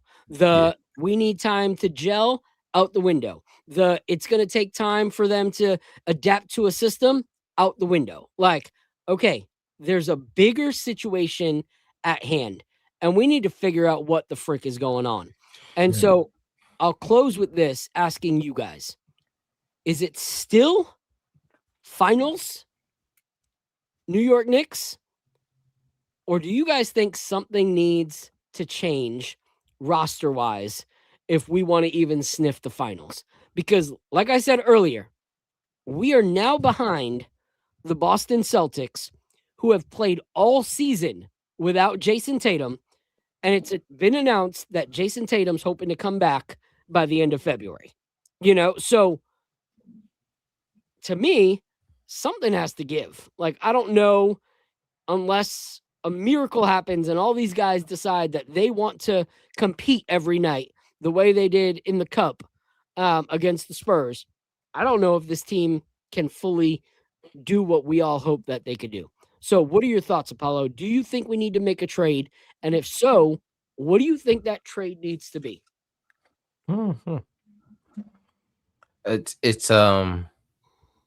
doesn't go unnoticed that you make me drink all of this liquor, and then you're gonna ask me that question.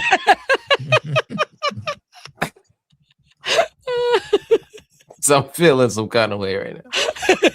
Um, I don't think you can. I don't want to overreact. You know what I mean? Because last year we had the same up and down kind of thing, and it's not that I don't think we can make it far with this roster, because I think we obviously can. You know what I mean? We obviously can make it to the Eastern Conference Finals with this roster, right? So,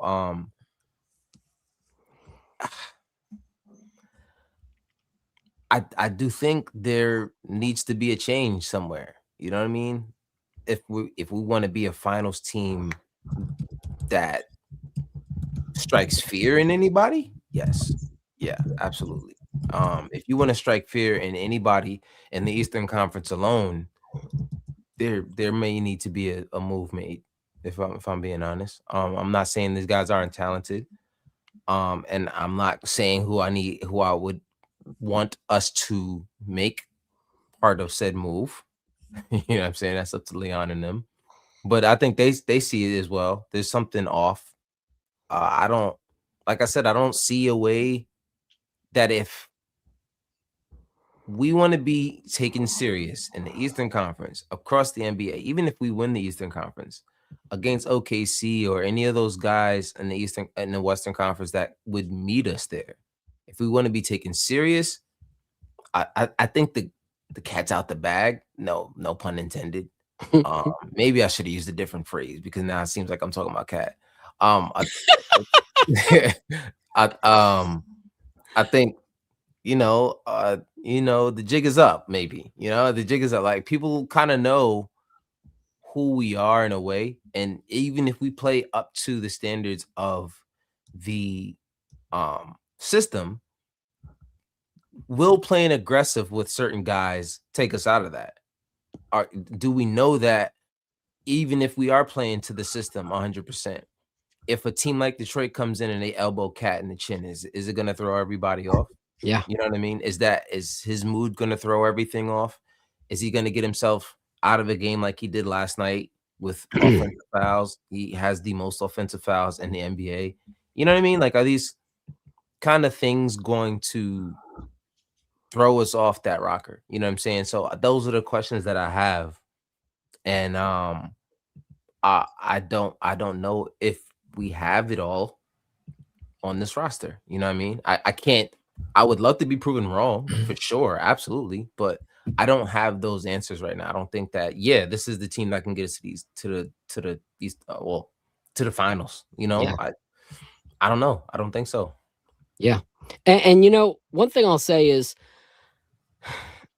it's hard to go look at any team and say it makes total sense that their 1A and their 1B are full on defensive liabilities, with all that money that's going into it, like, it's hard to say that, and I think that's the problem with the Knicks, is like, our big budgets are in those two guys as the future, with some issues. And one thing that I want to point out is, if there are teams that are doing as good as us, if not better, that are looking at ways to improve their roster, it would be foolish for the New York Knicks not to. Like, there's rumors of the Pistons looking to see if they can move Tobias Harris to get an upgrade. And they're the number one in the East right now. And they're looking to still see if they can improve by the trade deadline. So it would be foolish for us to go, man, we're struggling. We're not the top of the East like we thought we were. Let's stay put. There has to be something. And I even saw a trade today that the Bucks are trying to figure out a way to make a package that's appealing for Ja Morant. Like, you don't think that Ja Morant, Miles Turner, and Giannis can salvage the second half of the season and try to make a push, to be a team that at least makes the playoff play-in and makes themselves contenders, in the playoffs, when you have three players of that stature working together. That changes the Bucks immediately. Like, if they were able to get Ja Morant on the team. And especially because John Morant, you put him in most places where he's big dog, he can have that attitude. He can have that elitist mindset. But there's no one that's going to Milwaukee under Giannis and going, I'm the number one. Like, no, you pipe down. And so I think that John Morant would play well alongside Giannis. So for me, the idea of staying put while other teams are looking how to make themselves better in the East doesn't make a lot of sense to me. So what are your thoughts, Fritz? I thought it was inevitable that the Knicks had to improve. Like, because I thought the ultimate goal was the championship. And even in the beginning of the year, looking at OKC, looking at San Antonio, thought we were too small.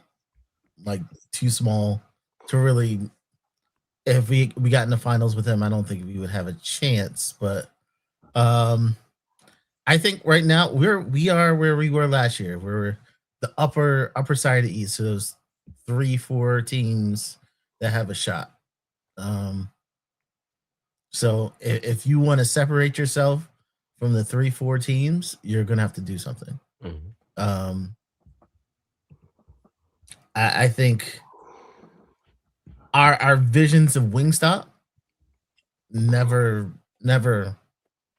came to fruition. Manifested, no. So I think we've given it 2 years, and Wingstop is not Wingstopping. So I think you may have to break that up.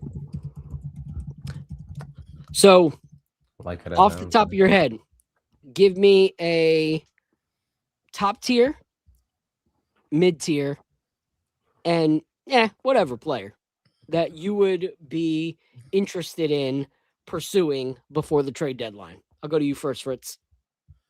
Like I said before, like I think Triple J is probably the one who's kind of available right now. I think he's going to be available. We should pursue maybe mid-tier. I'd probably look at another wing just to get a little bit of diversity. So maybe Zaire Williams, someone of, somewhere in there for mid-tier. And low tier,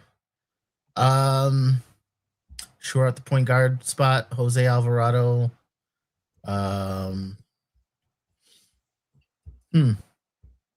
Yeah, like all right. filling those gaps. All right, what are your thoughts, Apollo? I mean, of guys that are available, I mean, we keep talking about the big Greek guy over there in Milwaukee. I mean, that's that's like the obvious one for me. You can't really say no to that kind of move.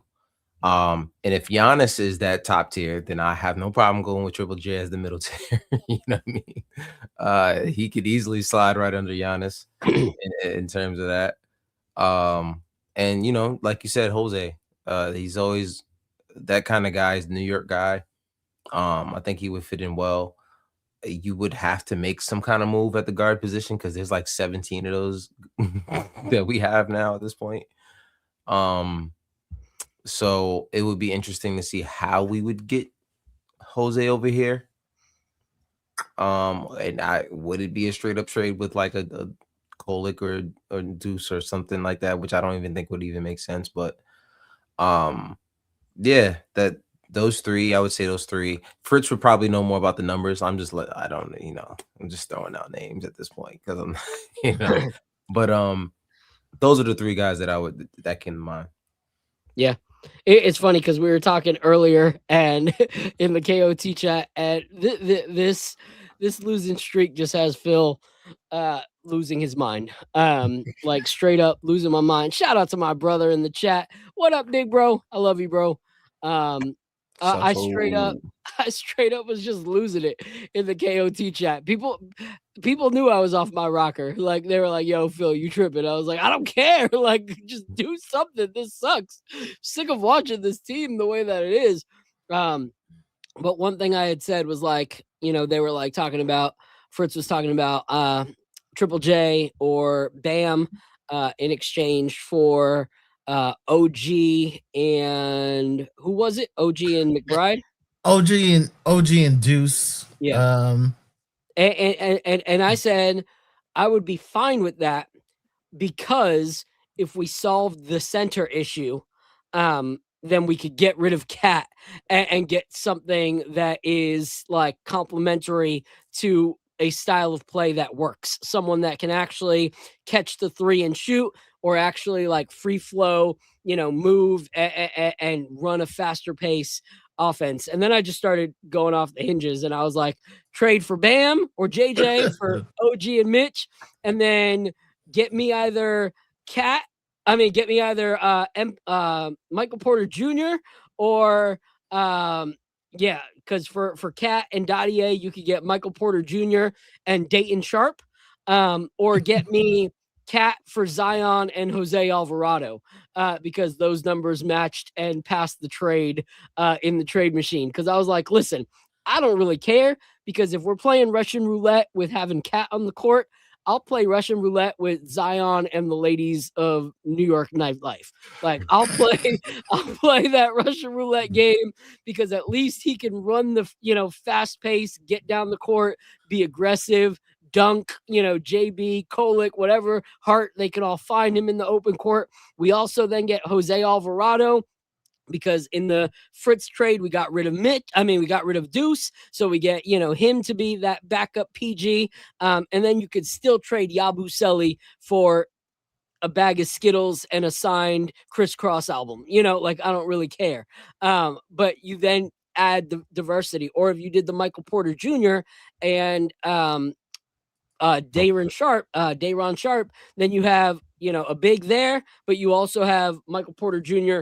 who can lights out shoot the three, and has played on a, championship team before and can bring some championship experience to it.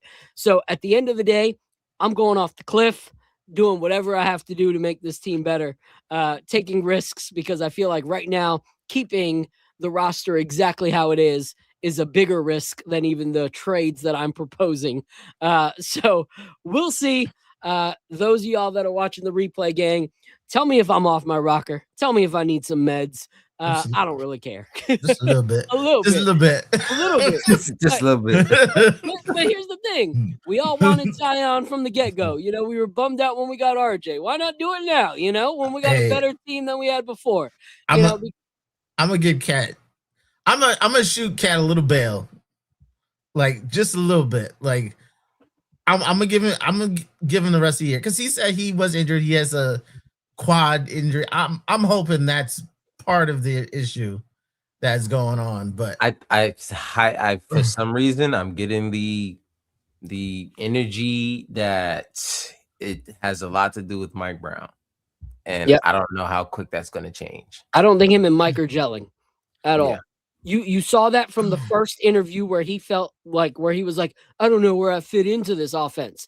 Well, why don't you shut up and figure out how to fit in? Like, because the few games that you did try to fit in, you looked incredible. Like, you played great basketball, when you actually adapted to the system. So for me, I don't see that relationship getting better anytime soon. Because he puts Cat through, like, physically through it. Like, he's driving. He has that. Cat is awkward because he has, big feet. He's awkward, but see, he keeps driving all game long. It's a tough. He's getting beat up. I do question why he's not given more mid-post opportunities. I don't like how much he has to drive off the dribble from the 3-point line to the back. I'm like he's like off balance. I'm surprised he's not injured, because just the amount of times he hits the floor. The amount of times that, like, he's getting smacked through the lane. I don't like it. It doesn't look right. I think it's an injury waiting to happen. I think one thing Mike Brown should do that he isn't doing is calling out the fouls. Like, remember a few years ago, the Knicks sent something to the league. Do that. Like, you gotta put your foot down and say, hey, they are killing Cat. Mm-hmm.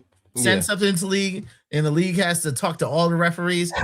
I'm pretty sure after they talk to all the referees, there'll be some there'll be some changes, because if they keep pointing out that Cat is getting smacked up on the way all season, he's gonna get to the line more. I agree, but I think this is the problem, and we'll end on this, is when you looked back on all of those like Jalen Brunson calls, when they go back and they slow-mo it, Jalen Brunson was getting hacked. But there's a good amount of those Cat ones where he's not getting touched or he's tripping and he's fighting with refs about getting a call, and the announcer, and even it's our guys, there's been times where Breen or Walt Frazier, they've been like, he didn't even get touched, like that doesn't help the case, Yeah, Cat shouldn't be arguing. Cat should not be arguing with referees. Complaining whether it's a legit foul or it's a baiting foul by Cat. He wants the same respect, that even if it's not really a foul, he's going to fight for the call and he's going to like make a big scene about it. That doesn't help anybody win a case. Mike Brown can come and be like, my guy's getting fouled over and over again. And then they look at the replays at the ones that Cat's trying to get the foul call for, and a third or half of them, he's not getting fouled. Then they go, no, he's really not getting fouled. Why? Because they're going to look at all the ones that he's complaining about, not the ones that like Mike Brown specifically points out, And so I think like Cat is his worst enemy when it comes to that. Like, shut up, play the game, and then there'll be enough evidence to be like, hey, he's not getting these calls. But when he's trying to get every call that's not even really a call, that's an issue. So I think there's a problem there. I'm with that. So, but anyway, I appreciate both of you guys. It's 10:15 now. Even though it's a weekend, I'm shooting a wedding tomorrow, and Apollo's had a long week, so I want him to go be able to snuggle up with wifey a little bit. He doesn't have to be up till midnight watching the Knicks lose tonight. So it's a delightful thing. Fritz, let everybody know where they can find you. Yeah, always here in the chat, the Nick of Time show, also NBA Economy show. So I'm doing a lot more shows. So we've been going live like 4 times a week. So please subscribe. Awesome. Guard Up Knicks. Let them know where they can find you. Guard Up Knicks everywhere. Guard Up Knicks everywhere, man. YouTube, Twitter, Instagram, TikTok. Guard Up Knicks. Come hit us with a like, follow, subscribe. We're trying to reach 800 over on YouTube. So yeah, man. Shout out to you guys. Shout out to KOT for allowing us to bless you guys with our wonderful faces. While we talk about whiskey and the Knicks. Yeah. I know. I got to get the whiskey. I got to try some of these. Whiskeys. Man. I like whiskey, and the only whiskey that I've had is like pretty cheap. What I'm gonna do, Fritz, since you're sending me those bobbleheads, you send me your address in a text, and I'll send you a sample kit. All right, that sounds a bunch of top-notch whiskeys. All right, sounds good. Awesome. All right, guys. Last thing I'll ask: just give me a W or an L tomorrow versus the Suns. What do you think, Fritz? It has to be a W. Has to. I don't want to see it. I don't want to see it if it's the L. All right. What are your thoughts, Apollo? I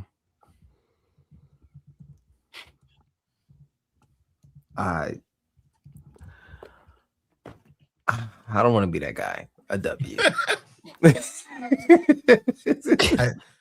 You don't, yeah. Is that I don't want to be that guy, but so I'm lying kind of thing? Man, I don't want to be that guy. You gotta shut the people up. You gotta shut the people up. You gotta, come on. You know what I mean? Yeah. All right. You're better than this. They're better than this, man. They're better. All right. So I'll be that guy. All right. Thank you, Phil. I'll be that guy. I think without Jalen Brunson, if Jalen Brunson's not playing, I think we lose. And the reason I say that is because Jalen Brunson, last time we played them, was our only player able to get 20 or more points. Was the only guy that actually like was able to contribute offensively on them. Even if we taper some of it down, the fact that we truly allowed Dylan Brooks to score 27 on us that night, and Devin Booker to get 31, their offense pretty much came from two guys. They didn't have to look elsewhere. And I think that if we don't have Jalen Brunson in that, or if even one of their other guys get like into the groove, because Grayson Allen usually averages way more than he did against us, but they didn't really need his shooting power because Devin Booker and Dylan Brooks were killing it. And same with Gillespie. He had a slow night, and he usually contributes at least 18 points or 16 points for them. So I think without Jalen Brunson, we walk away with an L. Why? Because Karl Anthony Towns has not been aggressive, and when he hasn't had basketball IQ and has gotten way too many fouls because of the way that he does things. And if he's getting upset with, Draymond Green getting in his head, Dylan Brooks is just a more sinister, version of him. He's just a weird, creepy kind of version of Draymond Green. So Devin might play. Devin might not play. Might not play. Okay. That's still scary. Okay. That's still, yeah. So if Devin Booker doesn't play, okay, then maybe we, pull it out in the fourth. But I still think it can be a competitive game without Jalen Brunson, unfortunately. The only way we do well is if Cat buys in, and I haven't seen him buy in a long time. So that's my thoughts there. Show some pride. Show some pride. Your name's in the tabloids for reasons, do something about it. So that's my final thoughts. Appreciate both of you guys. Like always, shout out to Redwood Empire. Shout out to Jeff. Shout out to my guy, Elliot, who actually made that connection with me and Jeff. Shout out to Ev for being on the show earlier. We appreciate you. Toon, I feel like you would have spoken our language. So shout out to you too. Yeah. But to everyone else, thank you guys so much. Like always, God bless. Please, if you drink, do so responsibly. Never get behind a wheel, and always make sure that you're looking out for others. So until next time, we will see you guys next week. And I believe we're back to Thursday next week. And like I talked about earlier, you guys might not have been here, but Apollo might not be on the show. Next Thursday is his birthday. He's going to be living it up, celebrating with the fam in New York. So we'll have somebody else filling in for him if he can't make it. But we appreciate you guys. Tune in tomorrow night where you will see Jay Ellis, Lee Escobedo, Ryan G. Fritz, you on tomorrow? I'll be in the chat. All right. I'll be in the Fritz chat. will be in the chat moderating. We might have Ebony. We might have B. We'll see. But support the crew tomorrow night right after the game. Either come and celebrate or come and bring all your woes to the chat. So we appreciate you guys, and until next time, deuces. This is the moment we waited for. Everything you want is right here. We gon' give them what they came for. We gon' take it up from last year. Shoot 'em my shot, boy, I'm long range. Me and the team on the same thing. Stayed down, never switched up. Only thing changed was the game. I'm in the zone now. Nothing can change what we on now. When I pull up, know it's going down. Foot on the gas, ain't no slowing down.